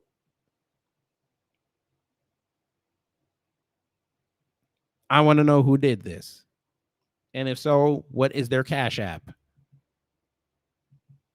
That is a beautiful thing. I will blow it up. Atlanta. Let me see. That is a beautiful thing. Atlanta. I hacked this motherfucker. Look. Yeah. I did it. Oh, shit. All right, brother. You got it. Shout out to you.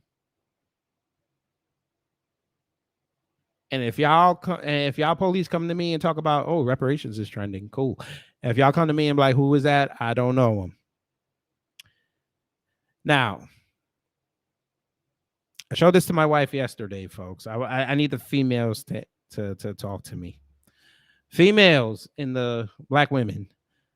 How y'all feel about this? Twitter users react to Apple adding bonnet option to memojis in new iOS update. This is on iOS 16. Folk, I have questions. Why? Let me blow it up so y'all can see the emojis. Now these are two of them. Now one that I showed my wife, the chick was talking. That might have been somebody's voice. Folk, why? Number one, okay, the bonnet's pissing me off. All right, fine. We understand this. Why do they have nose rings, folks? Hey, she has the mark of the beast. What are we doing? She has a tongue ring. Why does this chick have fangs? I have questions, folks. Why does she have fangs?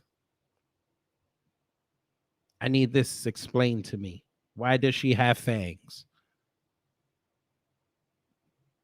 I don't understand this. I need this. I need this answered. Black women in the comments and in the live chat, I need y'all to answer this. Why is this a thing?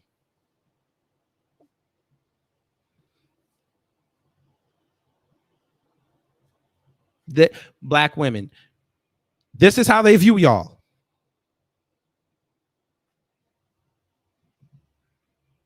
Nigga God said, why can't iOS add a black family emoji? They are strategic with the images they put out. They will never put out that. Well, they have put out black family emojis, but it's mostly a woman and a child. Never a man. Never do this. But folk, I hope this proves to you how they look at y'all.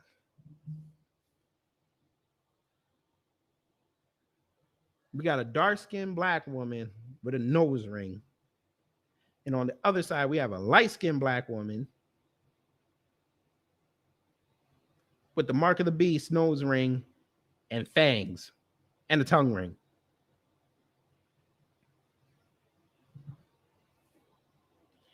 Black women don't want more of this.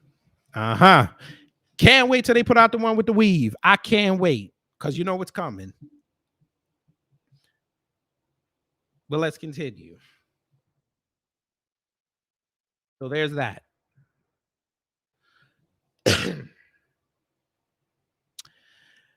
I also plan to do a video about this. Terrified of being approached by black women with these think pieces. I'm going to eviscerate y'all this weekend about these think pieces. By them is Let's concerning. start from the beginning. I'm going to tell y'all where black men should really be concerned at. The fact that there are so many black women who are absolutely terrified of being approached by them is concerning. I've observed many posts and conversations of black women saying that we feel like our lives are in danger if they catcall, if they shoot their shot, if they try to ask us for our number, if they even look in our direction. The fact that I literally do things to discourage them from saying anything to me, like even dressed like this, basketball shorts, hoodie, fitted, they will still approach. Like honestly, how many of them are terrified of us to approach them? Many of them are prepared to fight for their life at any given moment. I feel like instead of them being concerned about getting us to submit or why we're aggressive or masculine or anything like that, they need to be concerned about why we are freaking scared of them. Okay? That's the conversation that needs to be had.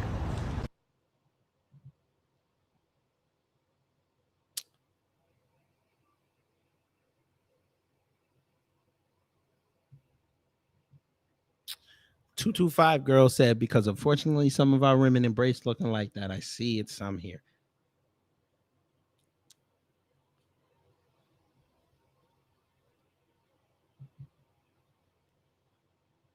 Jazzy blocked me on Instagram because my Instagram was too conscious.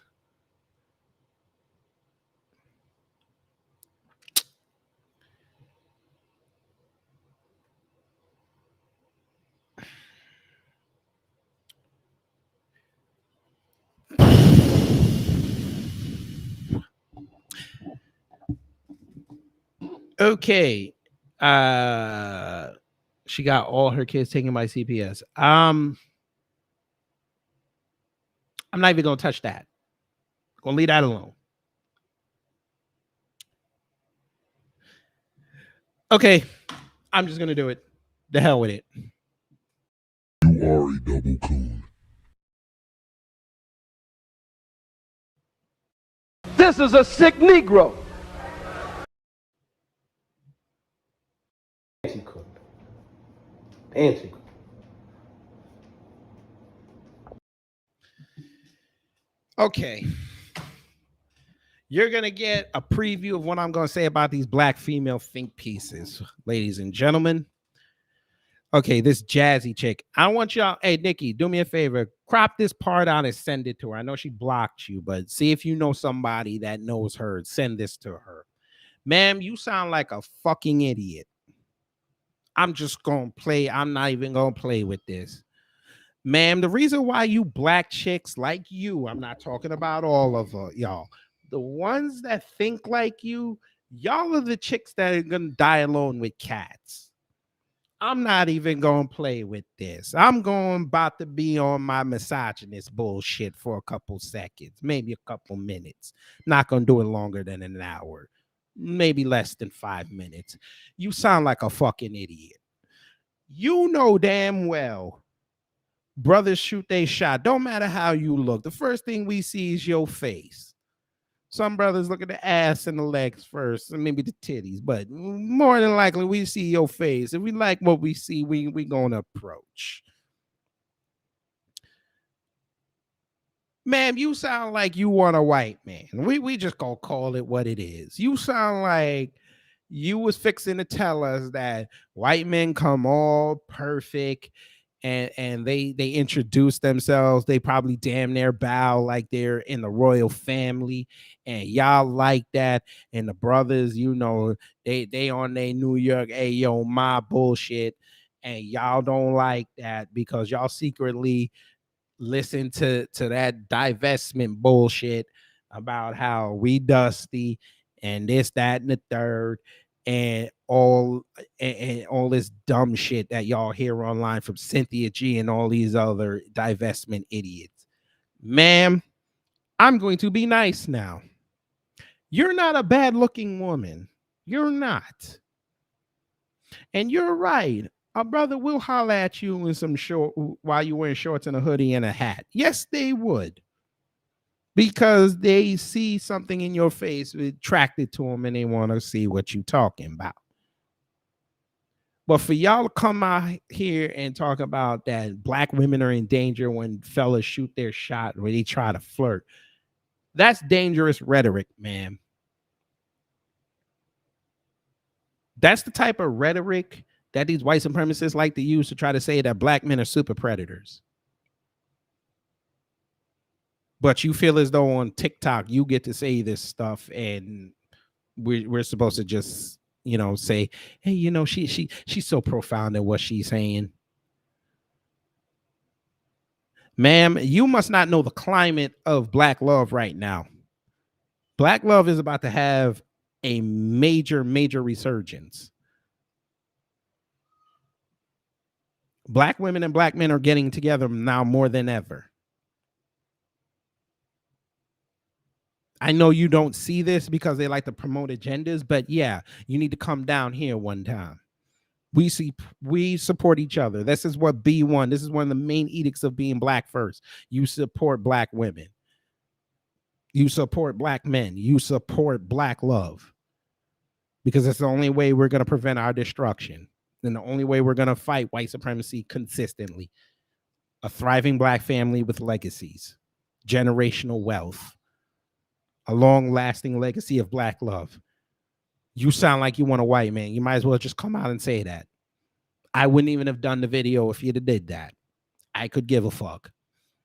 But you coming out here sounding like a divester, nah, you're going to get roasted. Now, I was nice for about 30 seconds. You're going to get the rest of this.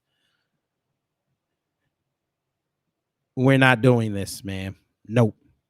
And if you got a problem with what I said, you come find me on Instagram. You come find me on Twitter. Hell, I'm on TikTok. Send me a message over there. I'll gladly bring you on here and I'll tell you the same thing I just said. You sound like a fucking idiot.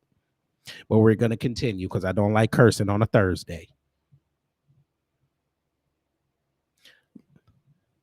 Now, who wants to hear the voice of the emoji? I think this chick did it. If you know me, you know I be wearing a bonnet all the time. And I could not ever figure out what hairstyle I wanted. And they got the bonnet. Go Apple, okay. Yeah, black women, y'all need to go say something to Apple about this one time. Y'all need to go see what the fuck happened. Hold on. Oh God. Sorry, folks. Yes, here we go. Yes, y'all need to go talk to Apple one time. Okay, shout out to Melanated Mind. Shout out to her. Yeah, I got to talk about this. Damn, it's got music. Wait a minute, it's got music. Never mind. So, folk, what you're seeing, and for those when you hear it on the audio, yeah, this black chick is trying to give her white boyfriend the N-word pass, and he don't want it. Fuck it. She really wants this man to say the N-word. And then she threw multiple N-word passes at him. What the hell is wrong with these damn divestors? What is wrong with these divestors, folks? Yo, man, these divestors, boy, they are the worst. They are the god. This nigga, this white man is wearing overalls. I did not even know. I would, man.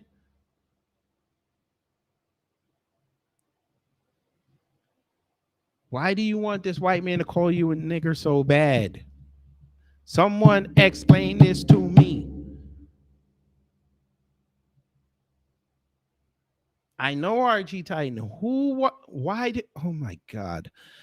Moving on. Lord, I know I don't pray to you too much, but I don't know who this black chick is with the bad lace front.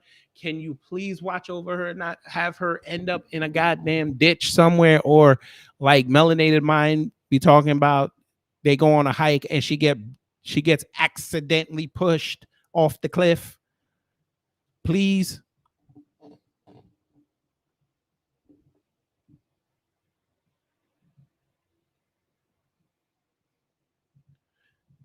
He said these TikTok divestors need to be banished. No, I'm praying for them to come on Twitter with the bullshit so we can roast them.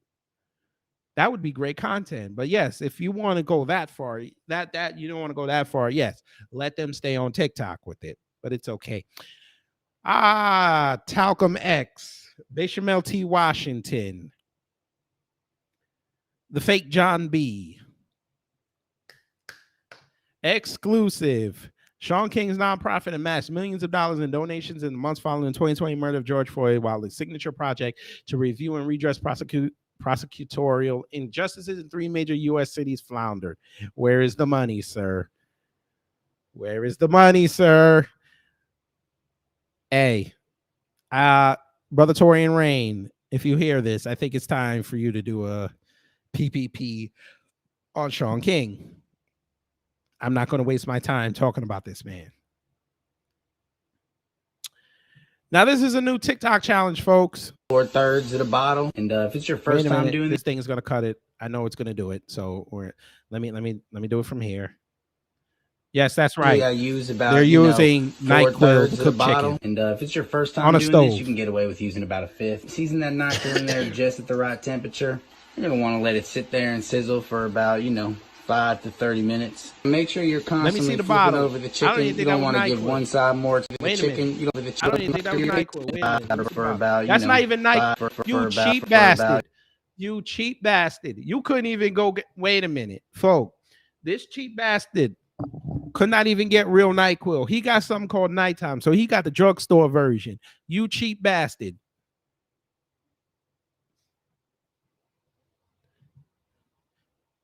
Okay, number one, I'm a chef. Sir, if you're going to cook chicken in NyQuil, you probably should have seared the chicken first. You probably should have seared the chicken first, then cooked it with the NyQuil. I'm sorry, the Nighttime, because you too poor as a white person to not get NyQuil. I don't understand this, but let's continue. About, 5 to 30 minutes. Make sure you're constantly flipping over the chicken. You don't want to give one side more attention than the other. Oh, sometimes the steam really makes you sleepy. Whew. Oh, fuck. What you're looking for is that blue color right there. What the hell? You can go ahead and turn it off. Ooh, yeah, that's steam, baby. Drain the unused right back into the NyQuil can, just like so. And boom, NyQuil chicken. Why are white people so dirty?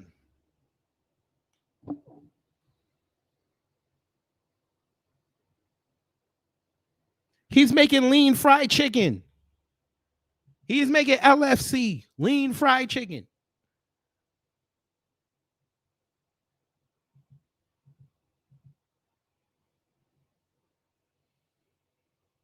Folks, the chicken wasn't even cooked.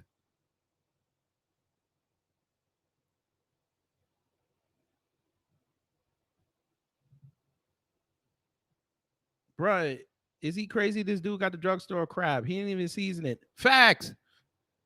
But you know, white people love them some goddamn unseasoned boiled chicken. Come on now. You show white people some time, they run away.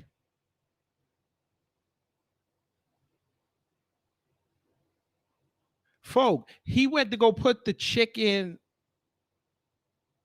juices. He put the rendered medicine / chicken juices back in the bottle. The white boy, folk, the white boy's so poor, he didn't even have a funnel to put it back in the bottle. Number one. Number two, he put it back in the bottle while it was hot. Folk, that is not a bottle designed for heat. If he got it in there, it would start warping. White people, there is something inherently wrong with y'all. Baby, this white man cooked the chicken with the NyQuil. It wasn't even real NyQuil. He used the drugstore version. Then tried to put it back in. He tried to put the liquid back in the bottle. Didn't season the chicken. Puts the chicken up to display it to the people. It was still raw in the middle. And he cooked it for 30 minutes. No, it cut off then, but he cooked it for 30 minutes. And it was still raw. White people, y'all dirty. Y'all some dirty muff. But moving on. Y'all some dirty muff. Shout out to Tony Carter for that. Follow her on Twitter. At Tony Lene. Yeah, follow her. I want to play this video, but it has violence in it, and I know how I know how YouTube is. I don't need my thing to get I don't need to go adjust in the video again. I don't want to do it. Okay. Speaking of white people dirty. Rarely. Oh my God, I'm so happy that you're talking about this. Yeah. No. Before I play this, wait, let's see. I don't want Twitter cut none of this off. But we bathe very rarely. Oh my God, I'm so happy that you're talking about this. Yeah. She didn't have a bath for like 5 months of her life. Yeah, like we didn't bathe her for the first whole part of her childhood. And like now we basically bathe her if she asks for it because it's fun or she's exceptionally dirty. We really wanted to keep her skin microbiome as healthy and intact. Even if it's just rinsing with water, our water has chlorine in it and all kinds of other preservatives and different chemicals that I just didn't want to expose her to. This show and being married to my wife has opened me up to so many more thought processes like this, because I think so many of us are conditioned. But if you really strip it down and think about it, obviously we lived this way naturally for a very long time. I think like you put up the commercial city constraints and people change their behavior. So it's like coming back to a more primal way of life. Now that you guys are saying this, that makes a lot of sense to just like let it be. And I feel like as a mother too, you have intuition to know when they need a bath.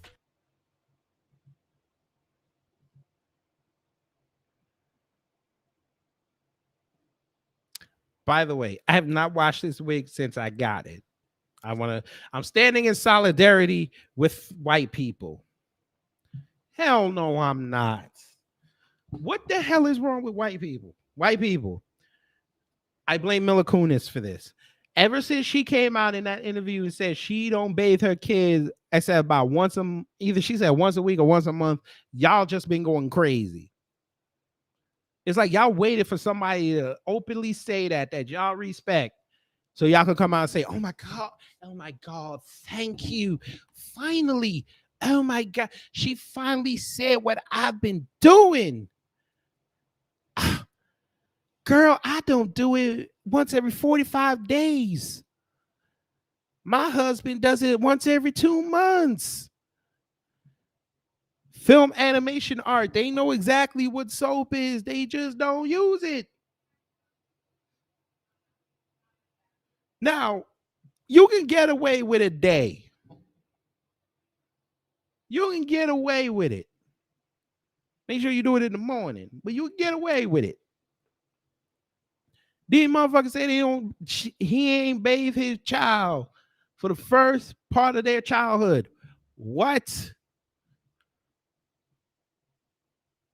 And then when they talk about how white people smell, they look at them like you crazy.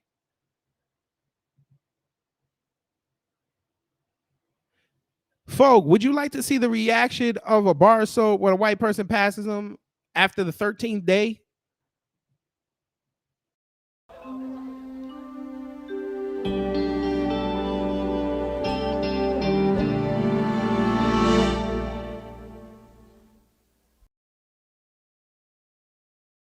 All bars of soap matter.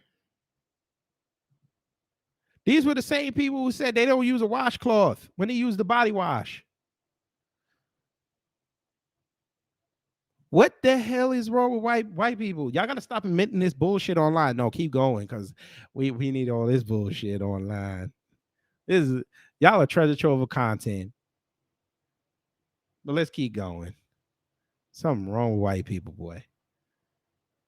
Like his shirt just looked like it's dirty.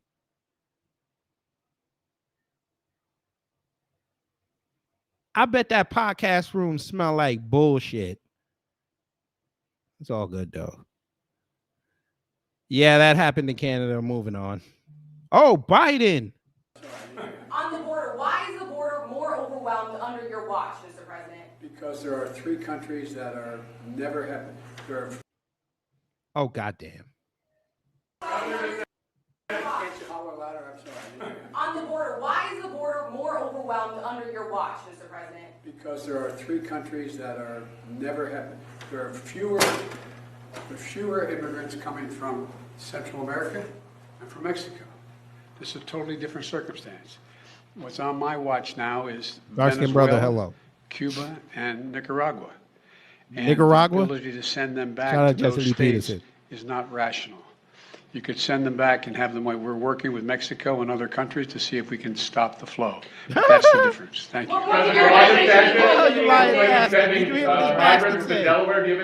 Because there are 3 countries that are never happened. There are fewer immigrants coming from Central America and from Mexico. This is a totally different circumstance. What? What's on my watch now is Venezuela, Cuba, and Nicaragua. And the ability to send them back to those states is not rational. You could send them back and have them. We're working with Mexico and other countries to see if we can stop the flow. But that's the difference. Thank you. What? How is that a different circumstance? They're all illegal, fool. How is that a different circumstance? Because they're not coming from Central America or Mexico. How is that a different circumstance? They're all illegal, fool. Oh my God, this guy oh God. Hey, black bisexuals, I need y'all to come outside and defend your mans. Bring your cha-cha sliding asses out here and come defend your mans.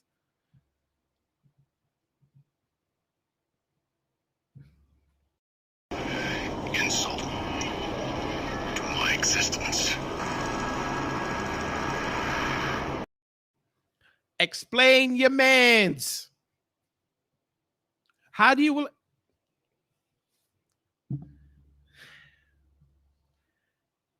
This is what y'all voted for. I hope y'all realize this is what you voted for. This man, Error 404, is every time he does an interview.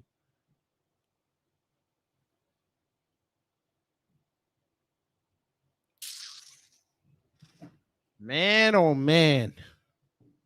Y'all are the... Damn. Shout out to Beatzilla. And shout out to Juicy Genius. They found the quote.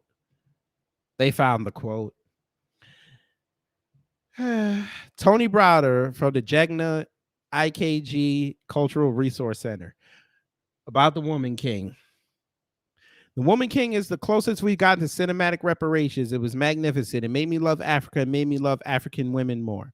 Did I say it was magnificent?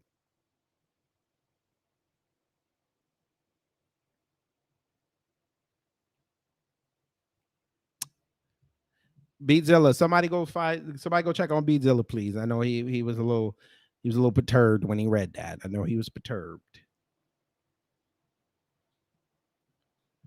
Film Animation Arts said, what the hell, please don't let him get another term. No, he's not gonna get another term. He couldn't get out of the room fast enough. Well, he learned from Stud Pierre. Just give him the word salad. Give him the bullshit. But yes. This man said this. But by the way, let me just address this real fast. Not this, what he said, but this whole movie bullshit. Now, I don't know who saw the YouTube short I did about this movie, but I got assholes in my comment thread trying to give me the blues because I said I ain't supporting this motherfucker. I'm finna show y'all. I'm finna show y'all what I've been getting. Y'all would be shocked. Well, y'all wouldn't be shocked. But y'all got to see what I've been getting. This is why I said we ain't all gonna make it. Now, this is my YouTube studio. I'm giving you unprecedented access.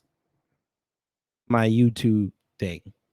Now, I had to go yell at YouTube today because they tried to put limited ads on my Stacey Abrams video, but they gave me full monetization, so it is what it is. But here's my video. Why I'm boycotting the Woman King. So it's got 2,500 views, over 2,500 views, 209 likes, 34 dislikes. So it's not bad. Y'all got to see these comments, folks. I think there's really something wrong with black folks. Let me just see if there's anything held for review. Okay. Nothing held for review. Okay. Good. Okay. Take this filter off. I want y'all to see all the comments. Now, this divester right here, I had to pin her comment, folks. I had to do it. This divester was the worst comment on this thread.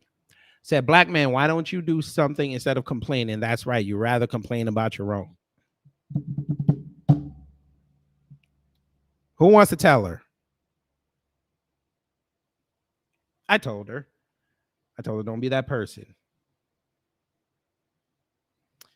And then the Scrooge McDuck idiot came in and said the Dusty's always crying but never do anything. So he must be one of these simps. So I said, yes, I did something. I kept my money in my pocket.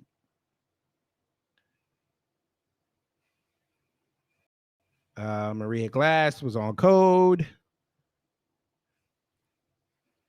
Shout out to Southside Slim. They keep the stud Kang. I said it was out of line. I think we know who this movie is for. Big facts, agreed. Even a white woman how does a white woman figure this out? But all right.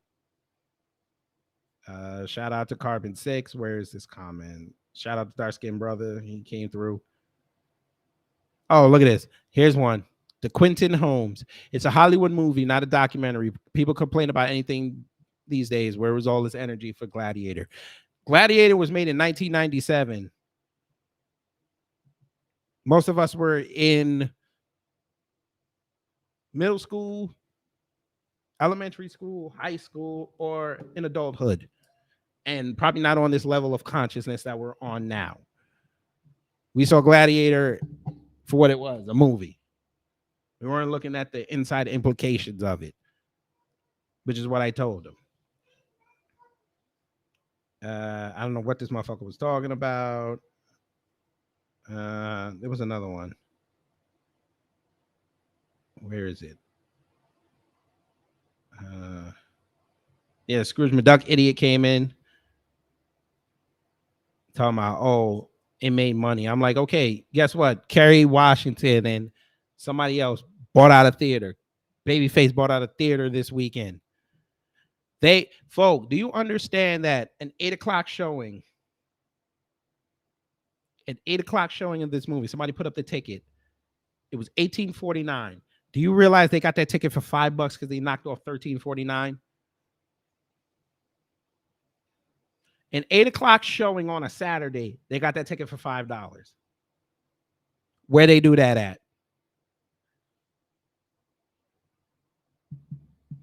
Even the independent movies that somehow go into debt trying to get into these theaters, they wouldn't sell out their ticket for that. $5. What is that emoji, Nikki? What is that? What the hell that is? I don't know what that is, Nikki, but I put it on the screen. Maybe somebody tell me what that is. I don't know what the hell that is. But $5 ticket. And like I said, and I told B-Zilla when they did their space, the Avatar movie in 2009 is coming out this weekend. It's actually coming out tomorrow. They're doing an adaptation of Alice in Wonderland that's coming out tomorrow. And they're projecting that's going to be number 1. If Avatar, a re-release, beats that movie, The Woman King, y'all can't tell me nothing. I saw the box office numbers. Thursday was the 1.7. Friday was 6.3. 6.3. I think 7 on, it was like 7 and some change on Saturday and 5 on Sunday. And then it dropped to hell. It was like 1.5 on Monday. That thing is going to run into a brick wall. But because I said I'm not watching a slave movie where a tribe killed black folks, I'm somehow wrong. Look at this idiot. Might want to learn the meaning of glorified. Good thing that nobody gives a shit whether the haters see it or not. Obviously they do, because they only made $19 million off a budget between $50 and $100 million if you add in the marketing. So I think they care. The studio is going to lose money on this. And a lot of money. They might be in the hole for about $100 million when it's all said and done. I think Sony will get the hint at that point. They're not going to do another movie like this ever again.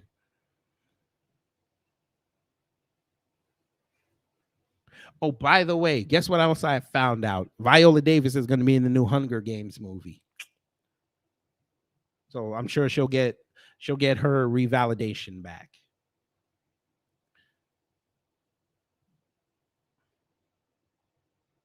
And Flournoy came through. Shout out to her.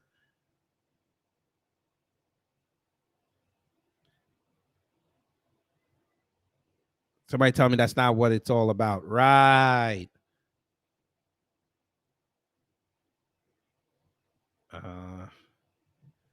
This guy named Will Smith said he's not boycotting nothing. I said, that's your choice. And somebody championed him. All right, cool. Oh, look, another idiot. Yes, we are doing this. In fact, it's already been done in theaters now. Your righteous indignation concerning this movie, while noted by some Waynes in comparison to the appreciation of the depiction of imperfect, strong black people. Imperfect, strong black people. Right. Slavers. That I guess that's what they're going to call them. Enslavers. Those are imperfect, strong black people. Imperfect, strong black people. So imperfect, strong. So you're telling me that these people should be likened to Cell from DBZ. All right. Got it.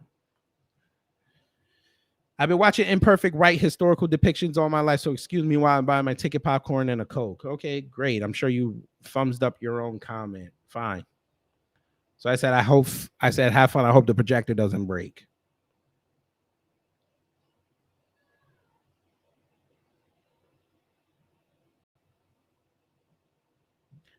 This was the other one. Now, this asshole wrote a whole goddamn essay. He wrote a whole goddamn essay and got 2 likes. So all I said was, see, unlike y'all, I read the synopsis way before the movie dropped. Viola even stated the movie was fictionalization, meaning they didn't tell the full story. I suggest you watch this documentary and you'll understand why I'm boycotting the movie. And I linked him to the Lupita Nyong'o documentary where she went over to Benin and talked to the descendants of the Dahomey tribe. And a couple months later, she backed out the project because she felt lied to. Another one think I fell for the hype. But anyway, yeah, they're still on there arguing over a damn role, over a damn movie that they know damn well they would never watch if it was full of white people.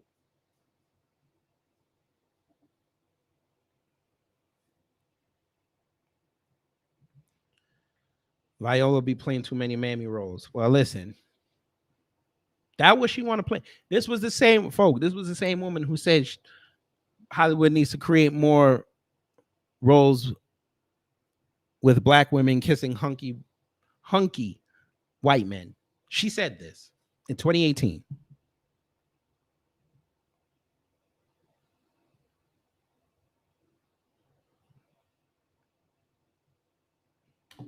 Do with that information what you want. I'm not watching this movie. I can't do it.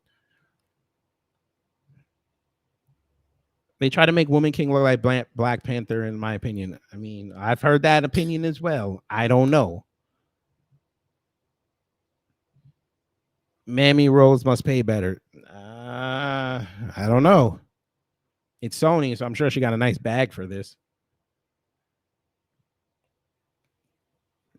But we're not playing these games no more, folks. We're at a different level of consciousness here. We're not playing these games. How are we going to be sitting up here talking about black empowerment and we're for the black race and we sit there and willfully give our money to Hollywood to watch a movie about black people being exploited, even though we have our issues with the African diaspora? That would make B1 hypocritical.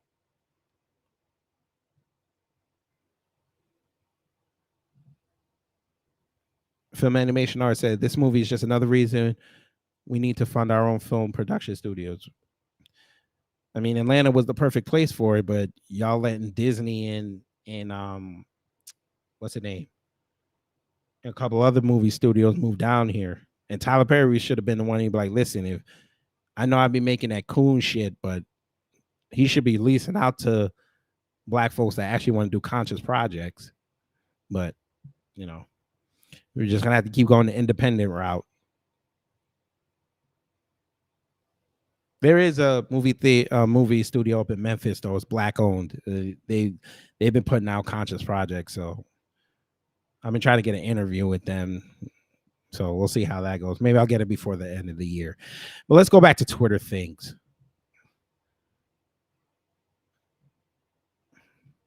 All right, let's get away from Tony Browder.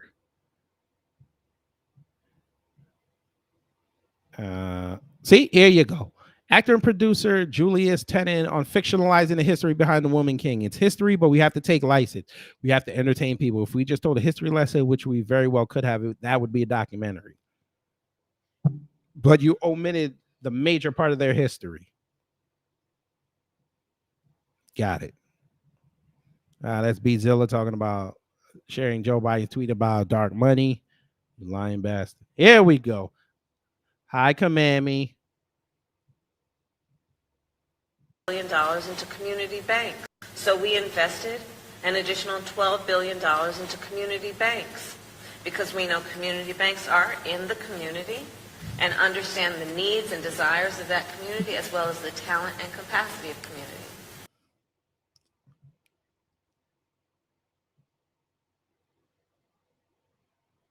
Oh, Kamami. Oh, Kamami. Community banks are in the community. Community banks are in the community. Gotcha.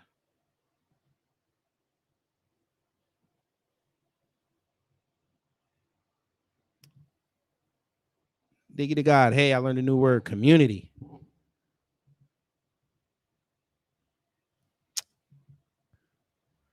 I was going to say something very derogatory, but I'm going to keep it to myself. I'm not going to be disrespectful today. I'm going to let her live. I have questions. Thailand, I have questions. In Thailand. For what y'all hearing on the audio, this is a Komodo dragon got into somebody's store and is on top of a shelf.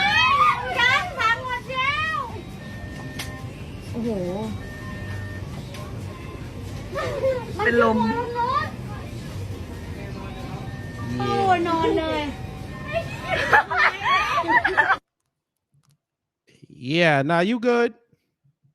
Now you good. You good.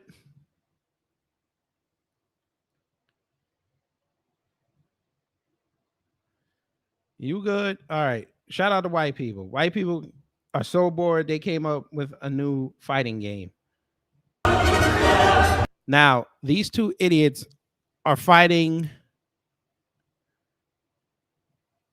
with pipes or metal, I guess pipes or metal bars, and they're both in tires. You heard exactly what I said. They're in tires fighting.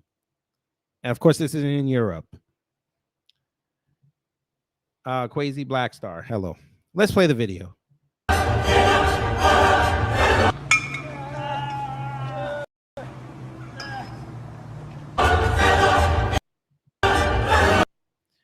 White people are so bored.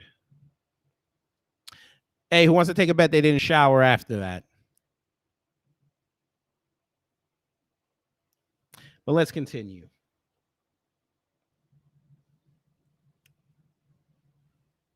Yes. Yes. For all the husbands and wives, pull this on your old lady.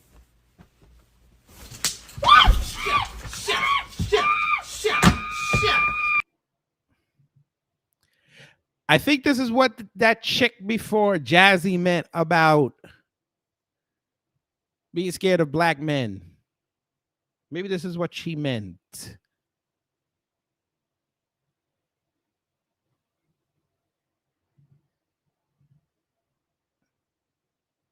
Let's watch it again. Practicing to be assassin on my wife. Come here. My one criticism, he should have tickled her when he grabbed her. He should have tickled her. That'd have been even funnier.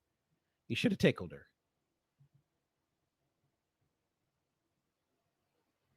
And of course, we got some Negro who just killed the whole vibe. And of course, why are you from Georgia? Says, sound like the monkeys on Temple Run. You're an asshole. But whatever. Let's continue.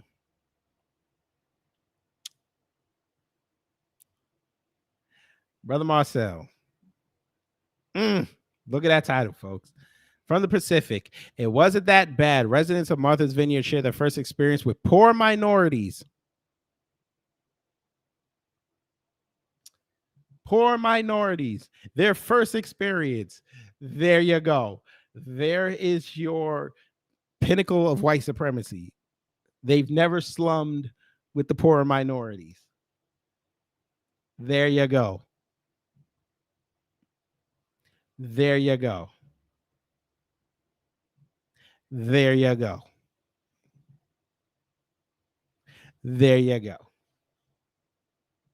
But let's move on. Variety. The Woman King star Viola Davis addresses the boycott Woman King controversy. Quote, I agree with Gina Prince Bythewood's saying you're not going to win an argument on Twitter. Most of the story is fictionalized. It has to be. There you go. Hey, all you assholes on my Twitter, on my comment thread, I bet you won't address this. I bet you won't address this. She's telling you the story is faked. But let's continue. Reparations perspective came through. Ah, yes. Ah, yes. Ah, yes. Black Twitter came through again. Me in. Great job on your video. Y'all go watch your video for. Wake up, buddy. It's justice time. Karen, tag me in. Great job on your video. Y'all go watch your video for full context. This is what this goofy decides to do to Little Mermaid. Then go on to do this. So no, this isn't going to be one of those same old anti-black videos. We know he know right from wrong, blah, blah, blah. Nope, we did some research. Apparently, our good friend is studying to become a lawyer, and then I seen him wearing this hoodie. Interesting. I saw in one of his videos, he tagged this city in Indonesia. Little razzle dazzle, put 2 and 2 together. Boom. Northwestern School of Law. Numbers for the Evanston as well as Chicago campus. Their Facebook page. Their YouTube channel. Their Twitter page. And their Instagram. Their international programs number. The Dean's office. In the words of Aunt Karen, the devil works hard, but we work harder. Y'all, we got some phone calls to make. Let's get it. By the way, get this over to Black Twitter. Good day, Goofy. Yes, sir. So y'all know the assignment. I made my call the other day on the burner phone. They didn't want to talk to me, but I left a message. So yes, make the calls. Make the calls.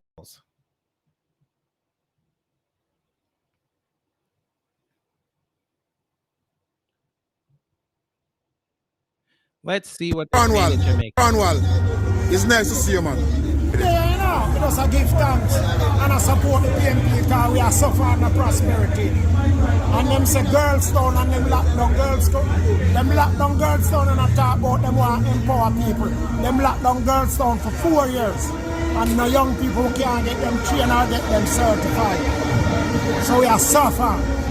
Can be done now about this separation now. Vote out this corrupt GLP government. How you talk about? People say a man who's serving the organization for so long time, be more political now. Tell them to go ask CMOs and the 9 GLP ex-police, them one minister, ex-minister. Tell them to go ask Omar Davis, a man to be a police too.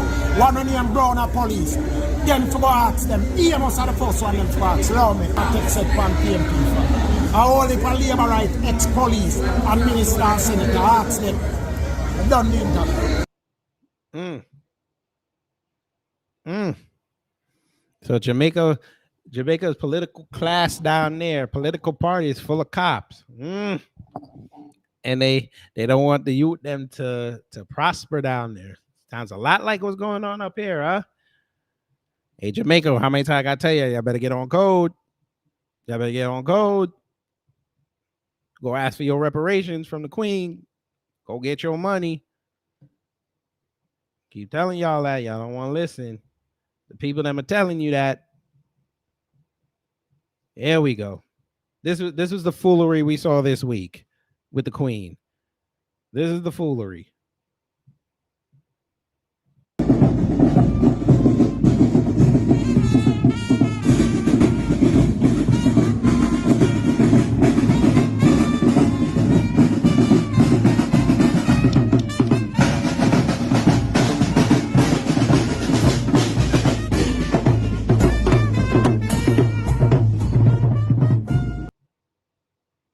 Y'all actually went and did this. Y'all had a whole parade for this woman. Y'all are the worst, man. I don't know. We all ain't gonna make it. Yeah, I plan to do that video. Here we go. But am I right in thinking there is nothing that is going to stop you delivering those flowers tomorrow? Rain, snow, wind, no matter the weather. She weathered all circumstances for us. We must do the same for her. That's the minimum that we can.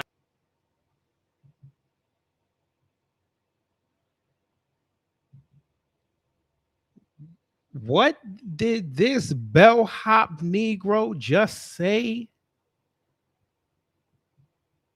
Rain coming down, it's going to be a long night, but am I right in thinking there is nothing that is going to stop you delivering those flowers tomorrow?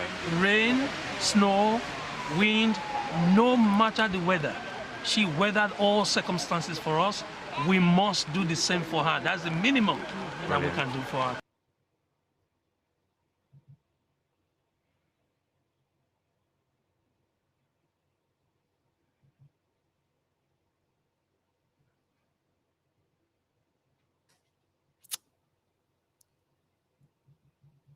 Yeah. Y'all will like this.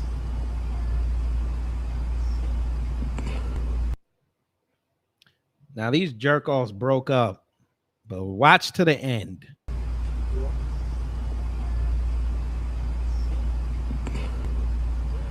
Now, they were depressed after a... Oh, damn, okay. Now she looks happy. That's a couple of months later. Started working on herself. Okay. So she's moving on. Good to see. You know, she white. Until she got pregnant. Uh-oh. So we got back. Oh, wait. Okay, so, yeah, so you got back with your ex. I thought you was working on yourself. I thought you was walking in on yourself. He would have walked in the middle of a sun downtown to deliver those flowers, even if it meant his life. God, dog. Yeah, the KKK mayor, he would have put flowers on there. No wind, no rain can stop me, baby.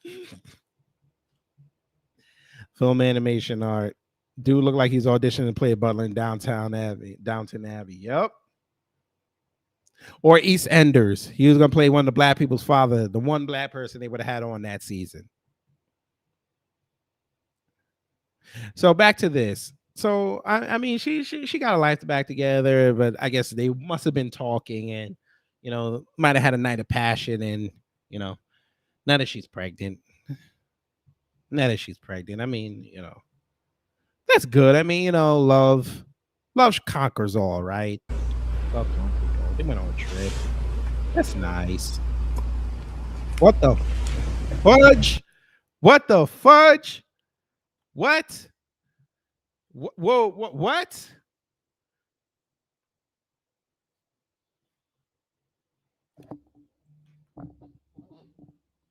What? For what?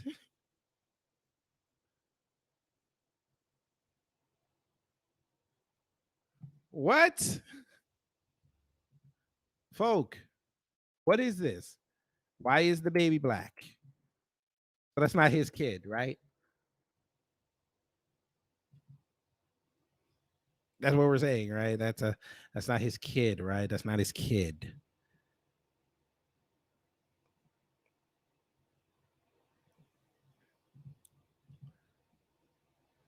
Oh, I'm looking at it right now, Bezilla. Oh, we're gonna incorporate this. Yes, we are. Yes, we are. But family, I want y'all to take this in.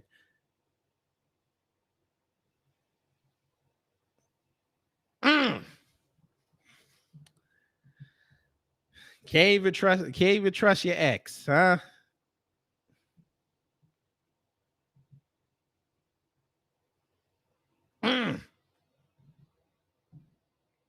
Twitter is a treasure trove.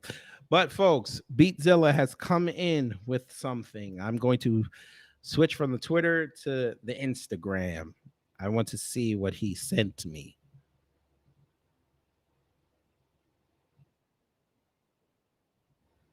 Hold on, we got to start this over.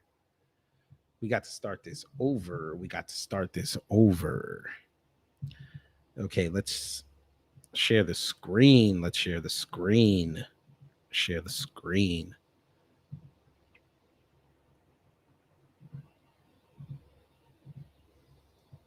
All right, Beatzilla sent this over. Let's see what this is. All right. Was the dope man and a customer comes to his funeral.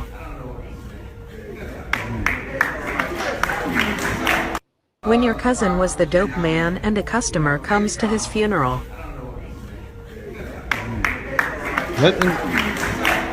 When your cousin was the dope man and a customer comes to his funeral. All right, Beatzilla, you got to explain this one to me, brother. I don't get what I was watching. When your cousin was the dope man. All right, enough, goddammit. Yeah, I don't know what was going on there. You got to explain that to me. Wait, let me see. Yes, film animation art. Yes, she did. She got some Soul Bowl and came back to Billy. And Billy is going to be what every divester wishes. They have another man's baby and the man takes care of it. Because that's a real man.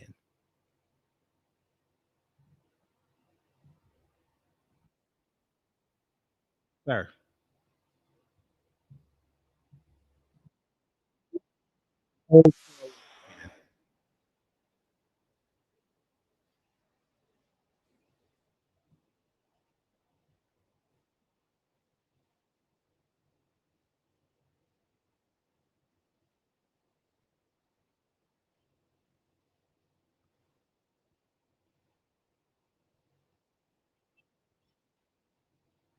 She actually walked, man.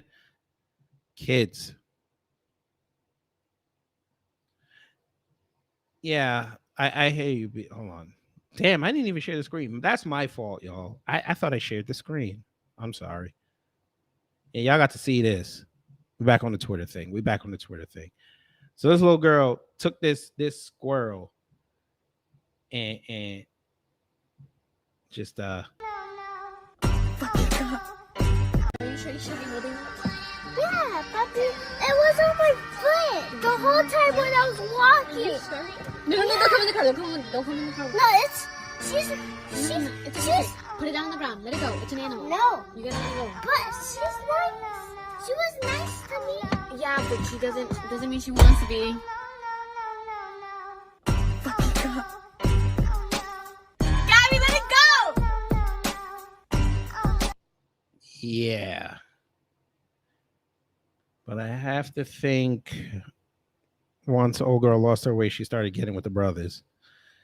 Yeah, probably. Yeah. But shout out to Billy. He's gonna be the great simp and take care of that kid.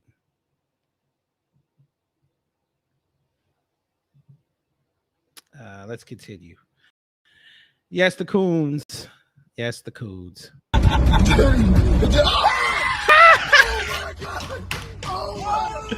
Yes. Watch it one more time. Look at that coon. Look at that coon.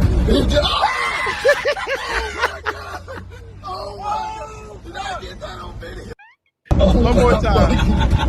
It's up.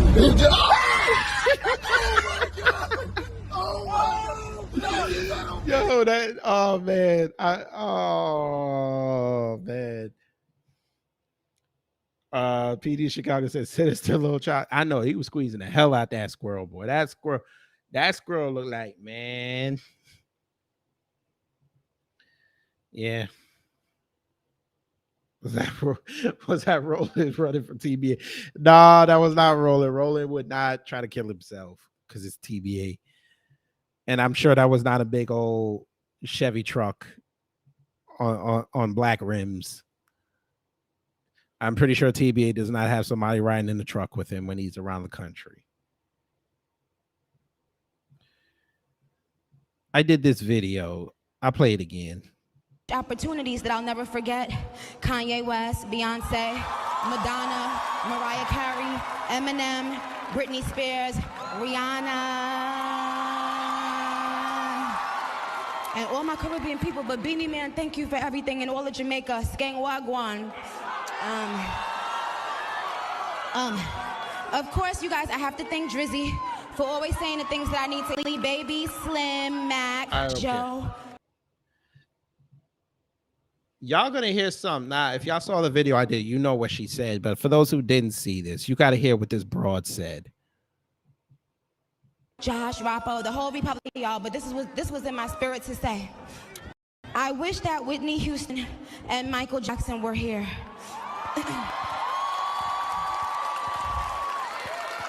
I wish that people understood what they meant and what they were going through.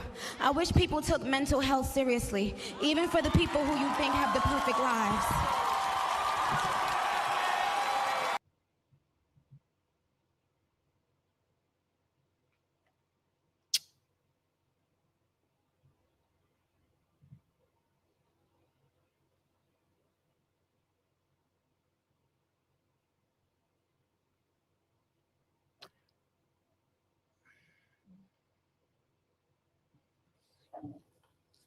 Whitney Houston did not die of mental illness, ma'am.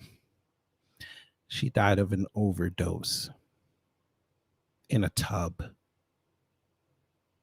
Michael Jackson died he died because of pain and taking too many pills. We still don't really know what happened to Mike.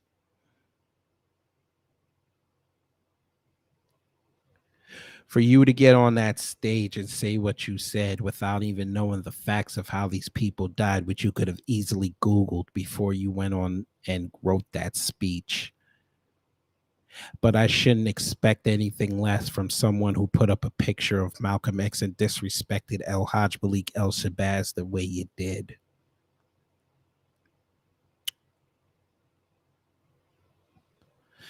No, film animation art. That was not a backhand shout out. That was a diss. That was a diss. If this was her first infraction, I would agree with you. But she's had it out for FBA for a while now. See, a lot of people don't want to admit that FBA really did not fuck with her when she switched to pop. Because a lot of them felt as though even when nobody was really messing with her, they were supporting her on the mixtape scene. Then she decided to run her mouth, change herself, start all this Barbie crap, and then start disrespecting those who came before her, like Little Kim. You emulate somebody, then disrespect them. It's funny that she sat up there and praised all these people. Most of them are foreigners. But to then go and bring up Whitney Houston and Michael Jackson, for what purpose, ma'am? You did that because you want to show the masses and your paymasters that you're still in line. Even though Negroes defended you against Joy Reid, me included, then 3 days later, you went back to cooning.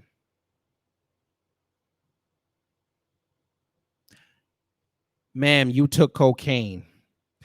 Are we allowed to classify that as a mental illness?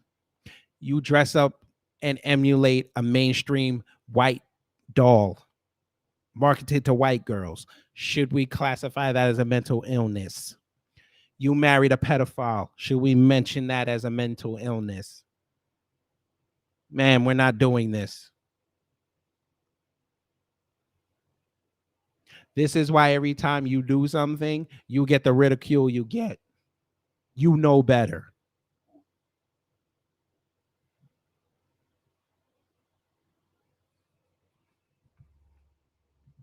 Oh, yeah, I said that too. Yes, she is a Trinidadian clown. She's the same one who used to be an American rapper. Now all of a sudden Google calls her a Trinidadian rapper. Okay, say less. We want to classify. Maybe Google's better at delineating than Caribbean people. That's fine. Shout out to Nice T Girl. MJ was murdered. The fuck she talking about? This is them. They don't understand. She could have Googled this. Even the white supremacists say he was murdered. And you know, the white supremacists don't like Mike. And even they had to admit that he was murdered.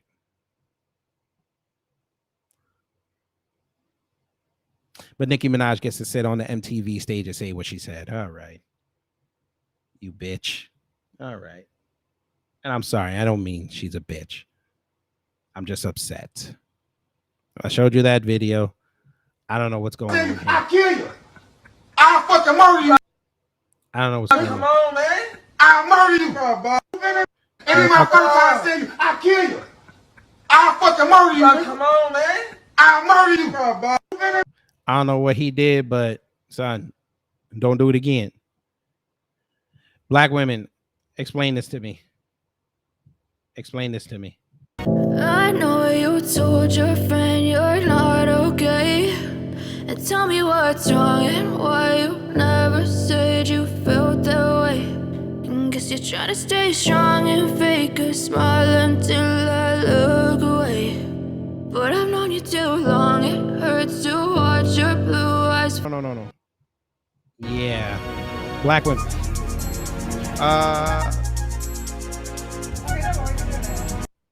Yeah, explain that to me.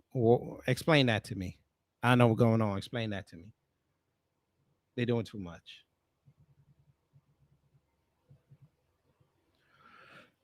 There you go. Hey, all y'all are telling me go spend my money on Women King. Yeah. Go after her.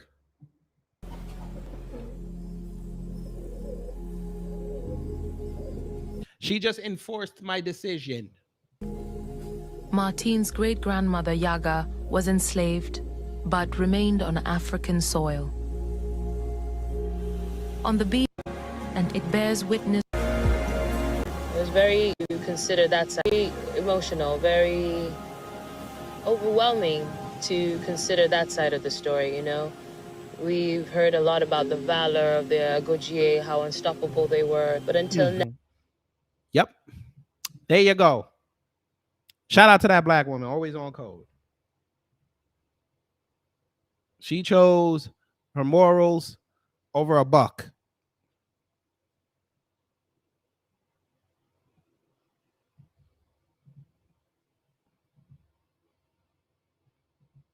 India is wild. Yes.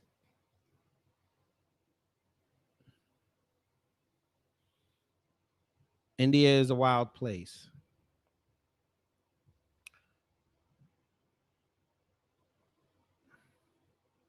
Here y'all go. Y'all like this. I don't care. I'm done. I'm done hiding it. Also, we talked about this. Yes. Boys washing their hand, that means your dick's dirty. If you have to wash your hand after you pee, what do you get, a dirty dick? And why do girls have to wash it? We don't touch nothing. We don't even touch nothing. I get when you take a shit, wash your hands. I will wash my hands when I take a shit always. Yes, but why do I have to wash my hands? For what? I'm not sticking my hand up my vagina. And you know what's crazy? And I think a lot of people do this. Like, if I'm in a public restroom and there's people in the stalls, I will, even after I pee, go to the sink, wash the water, like pretend. Run the water, pretend I'm washing my hands, get some out paper towels, get out. Or I'll run. I'll run out of the bathroom before the other person comes out. And that was on Barstool Sports, folks. That was on Barstool Sports. They allowed that. All right. Something wrong with white people, boy. I keep telling you there's something wrong with them white folk.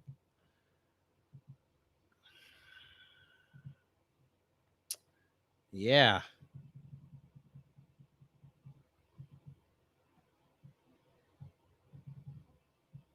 That's y'all's Mandela Barnes and Ilhan Omar. I can't play this because it's fighting. There you go. Y'all like this. I like this black woman. Don't do what he has not asked of me. Yes, sir. What he has not asked of me. If he told me I need you to do this, that's what I do. If his birthday is coming up next week, I said, baby, what you want for your birthday? He said, I want a pot roast. That's what he wants. This kind of man I got. It's my mother man. Let me tell you. I said, what you want for your birthday? He said, I want a pot roast. He said, with the carrots and celery and all that stuff cut up in there, I want that. I said, do you want a cake? He said, just give me a little cake. I said, what about a gift? Do you want a gift? He was like, nah, it ain't nothing I want. That's the kind of man I'm with. My mama like, what you need to do is throw the roses on the ground, right? And then you get him some of that nice little drink. He like to drink. What he like, Hennessy? Get him a little Hennessy. He ain't asked for all that. He ain't asked. And even if I did decide to do that, I'd be like, baby, do you want a drink? Do you want me to get you a little drink, make you a little hypnotic, a Hennessy, make a little credible hook? See, he like that. He old school now. Do you want that? He may say yes. He might be like, yeah, make me a drink. But what she's telling me to do is not what he wants. This is why I ask y'all and tell y'all all the time, go ask your man what he wants. Go ask him right now. I promise you, you'll be surprised. I promise you, you'll realize, oh, this ain't that hard. Why ain't I been did this? This ain't that difficult. Folk, it ain't that difficult. It ain't that difficult. Folk, I'm a married man. It's not that difficult. Talking is fundamental. Listening is fundamental. It's not that hard. Y'all making it hard because y'all want to always try to win. It's not that hard. Y'all can both win. Shout out to that woman. All right, we came to the end of Twitter things.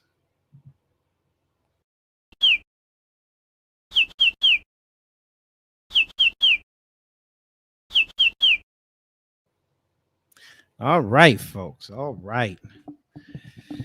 That was fun. That was fun. That was fun. And yes, white people are nasty devils when it comes to this hygiene thing. I'm telling you, folks, this coffee venereal disease exposed the hell out of them. They were like, we just gonna be dirty all the way around, boy. But anyway, let me get up out of here.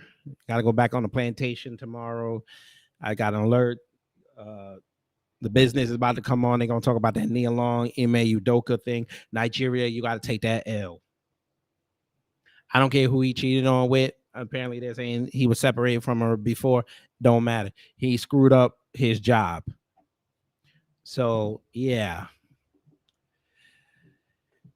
I let him figure that out. I don't really, I ain't got nothing to do with that. I'm going to go relax and go to school for the rest of the night. So I thank y'all for coming in. I know Tariq had his space, and y'all, I'm getting the what you call it, the people that finished it and came over here. I appreciate it. But I hope y'all learned something today, folks. I hope y'all learned something. Soros is backing a lot of the candidates that y'all are seeing out there that look like us. Don't fall for the trick bag. Look at their websites. Look at their tweets. You know what you need to get your vote, for them to get your vote. If they're not talking about that, see what the other side says. If they're not talking about it, go sit home. But I know how I'm going to move down here. My wife knows how she's going to move down here. We discussed this. So we will do our part to save Georgia.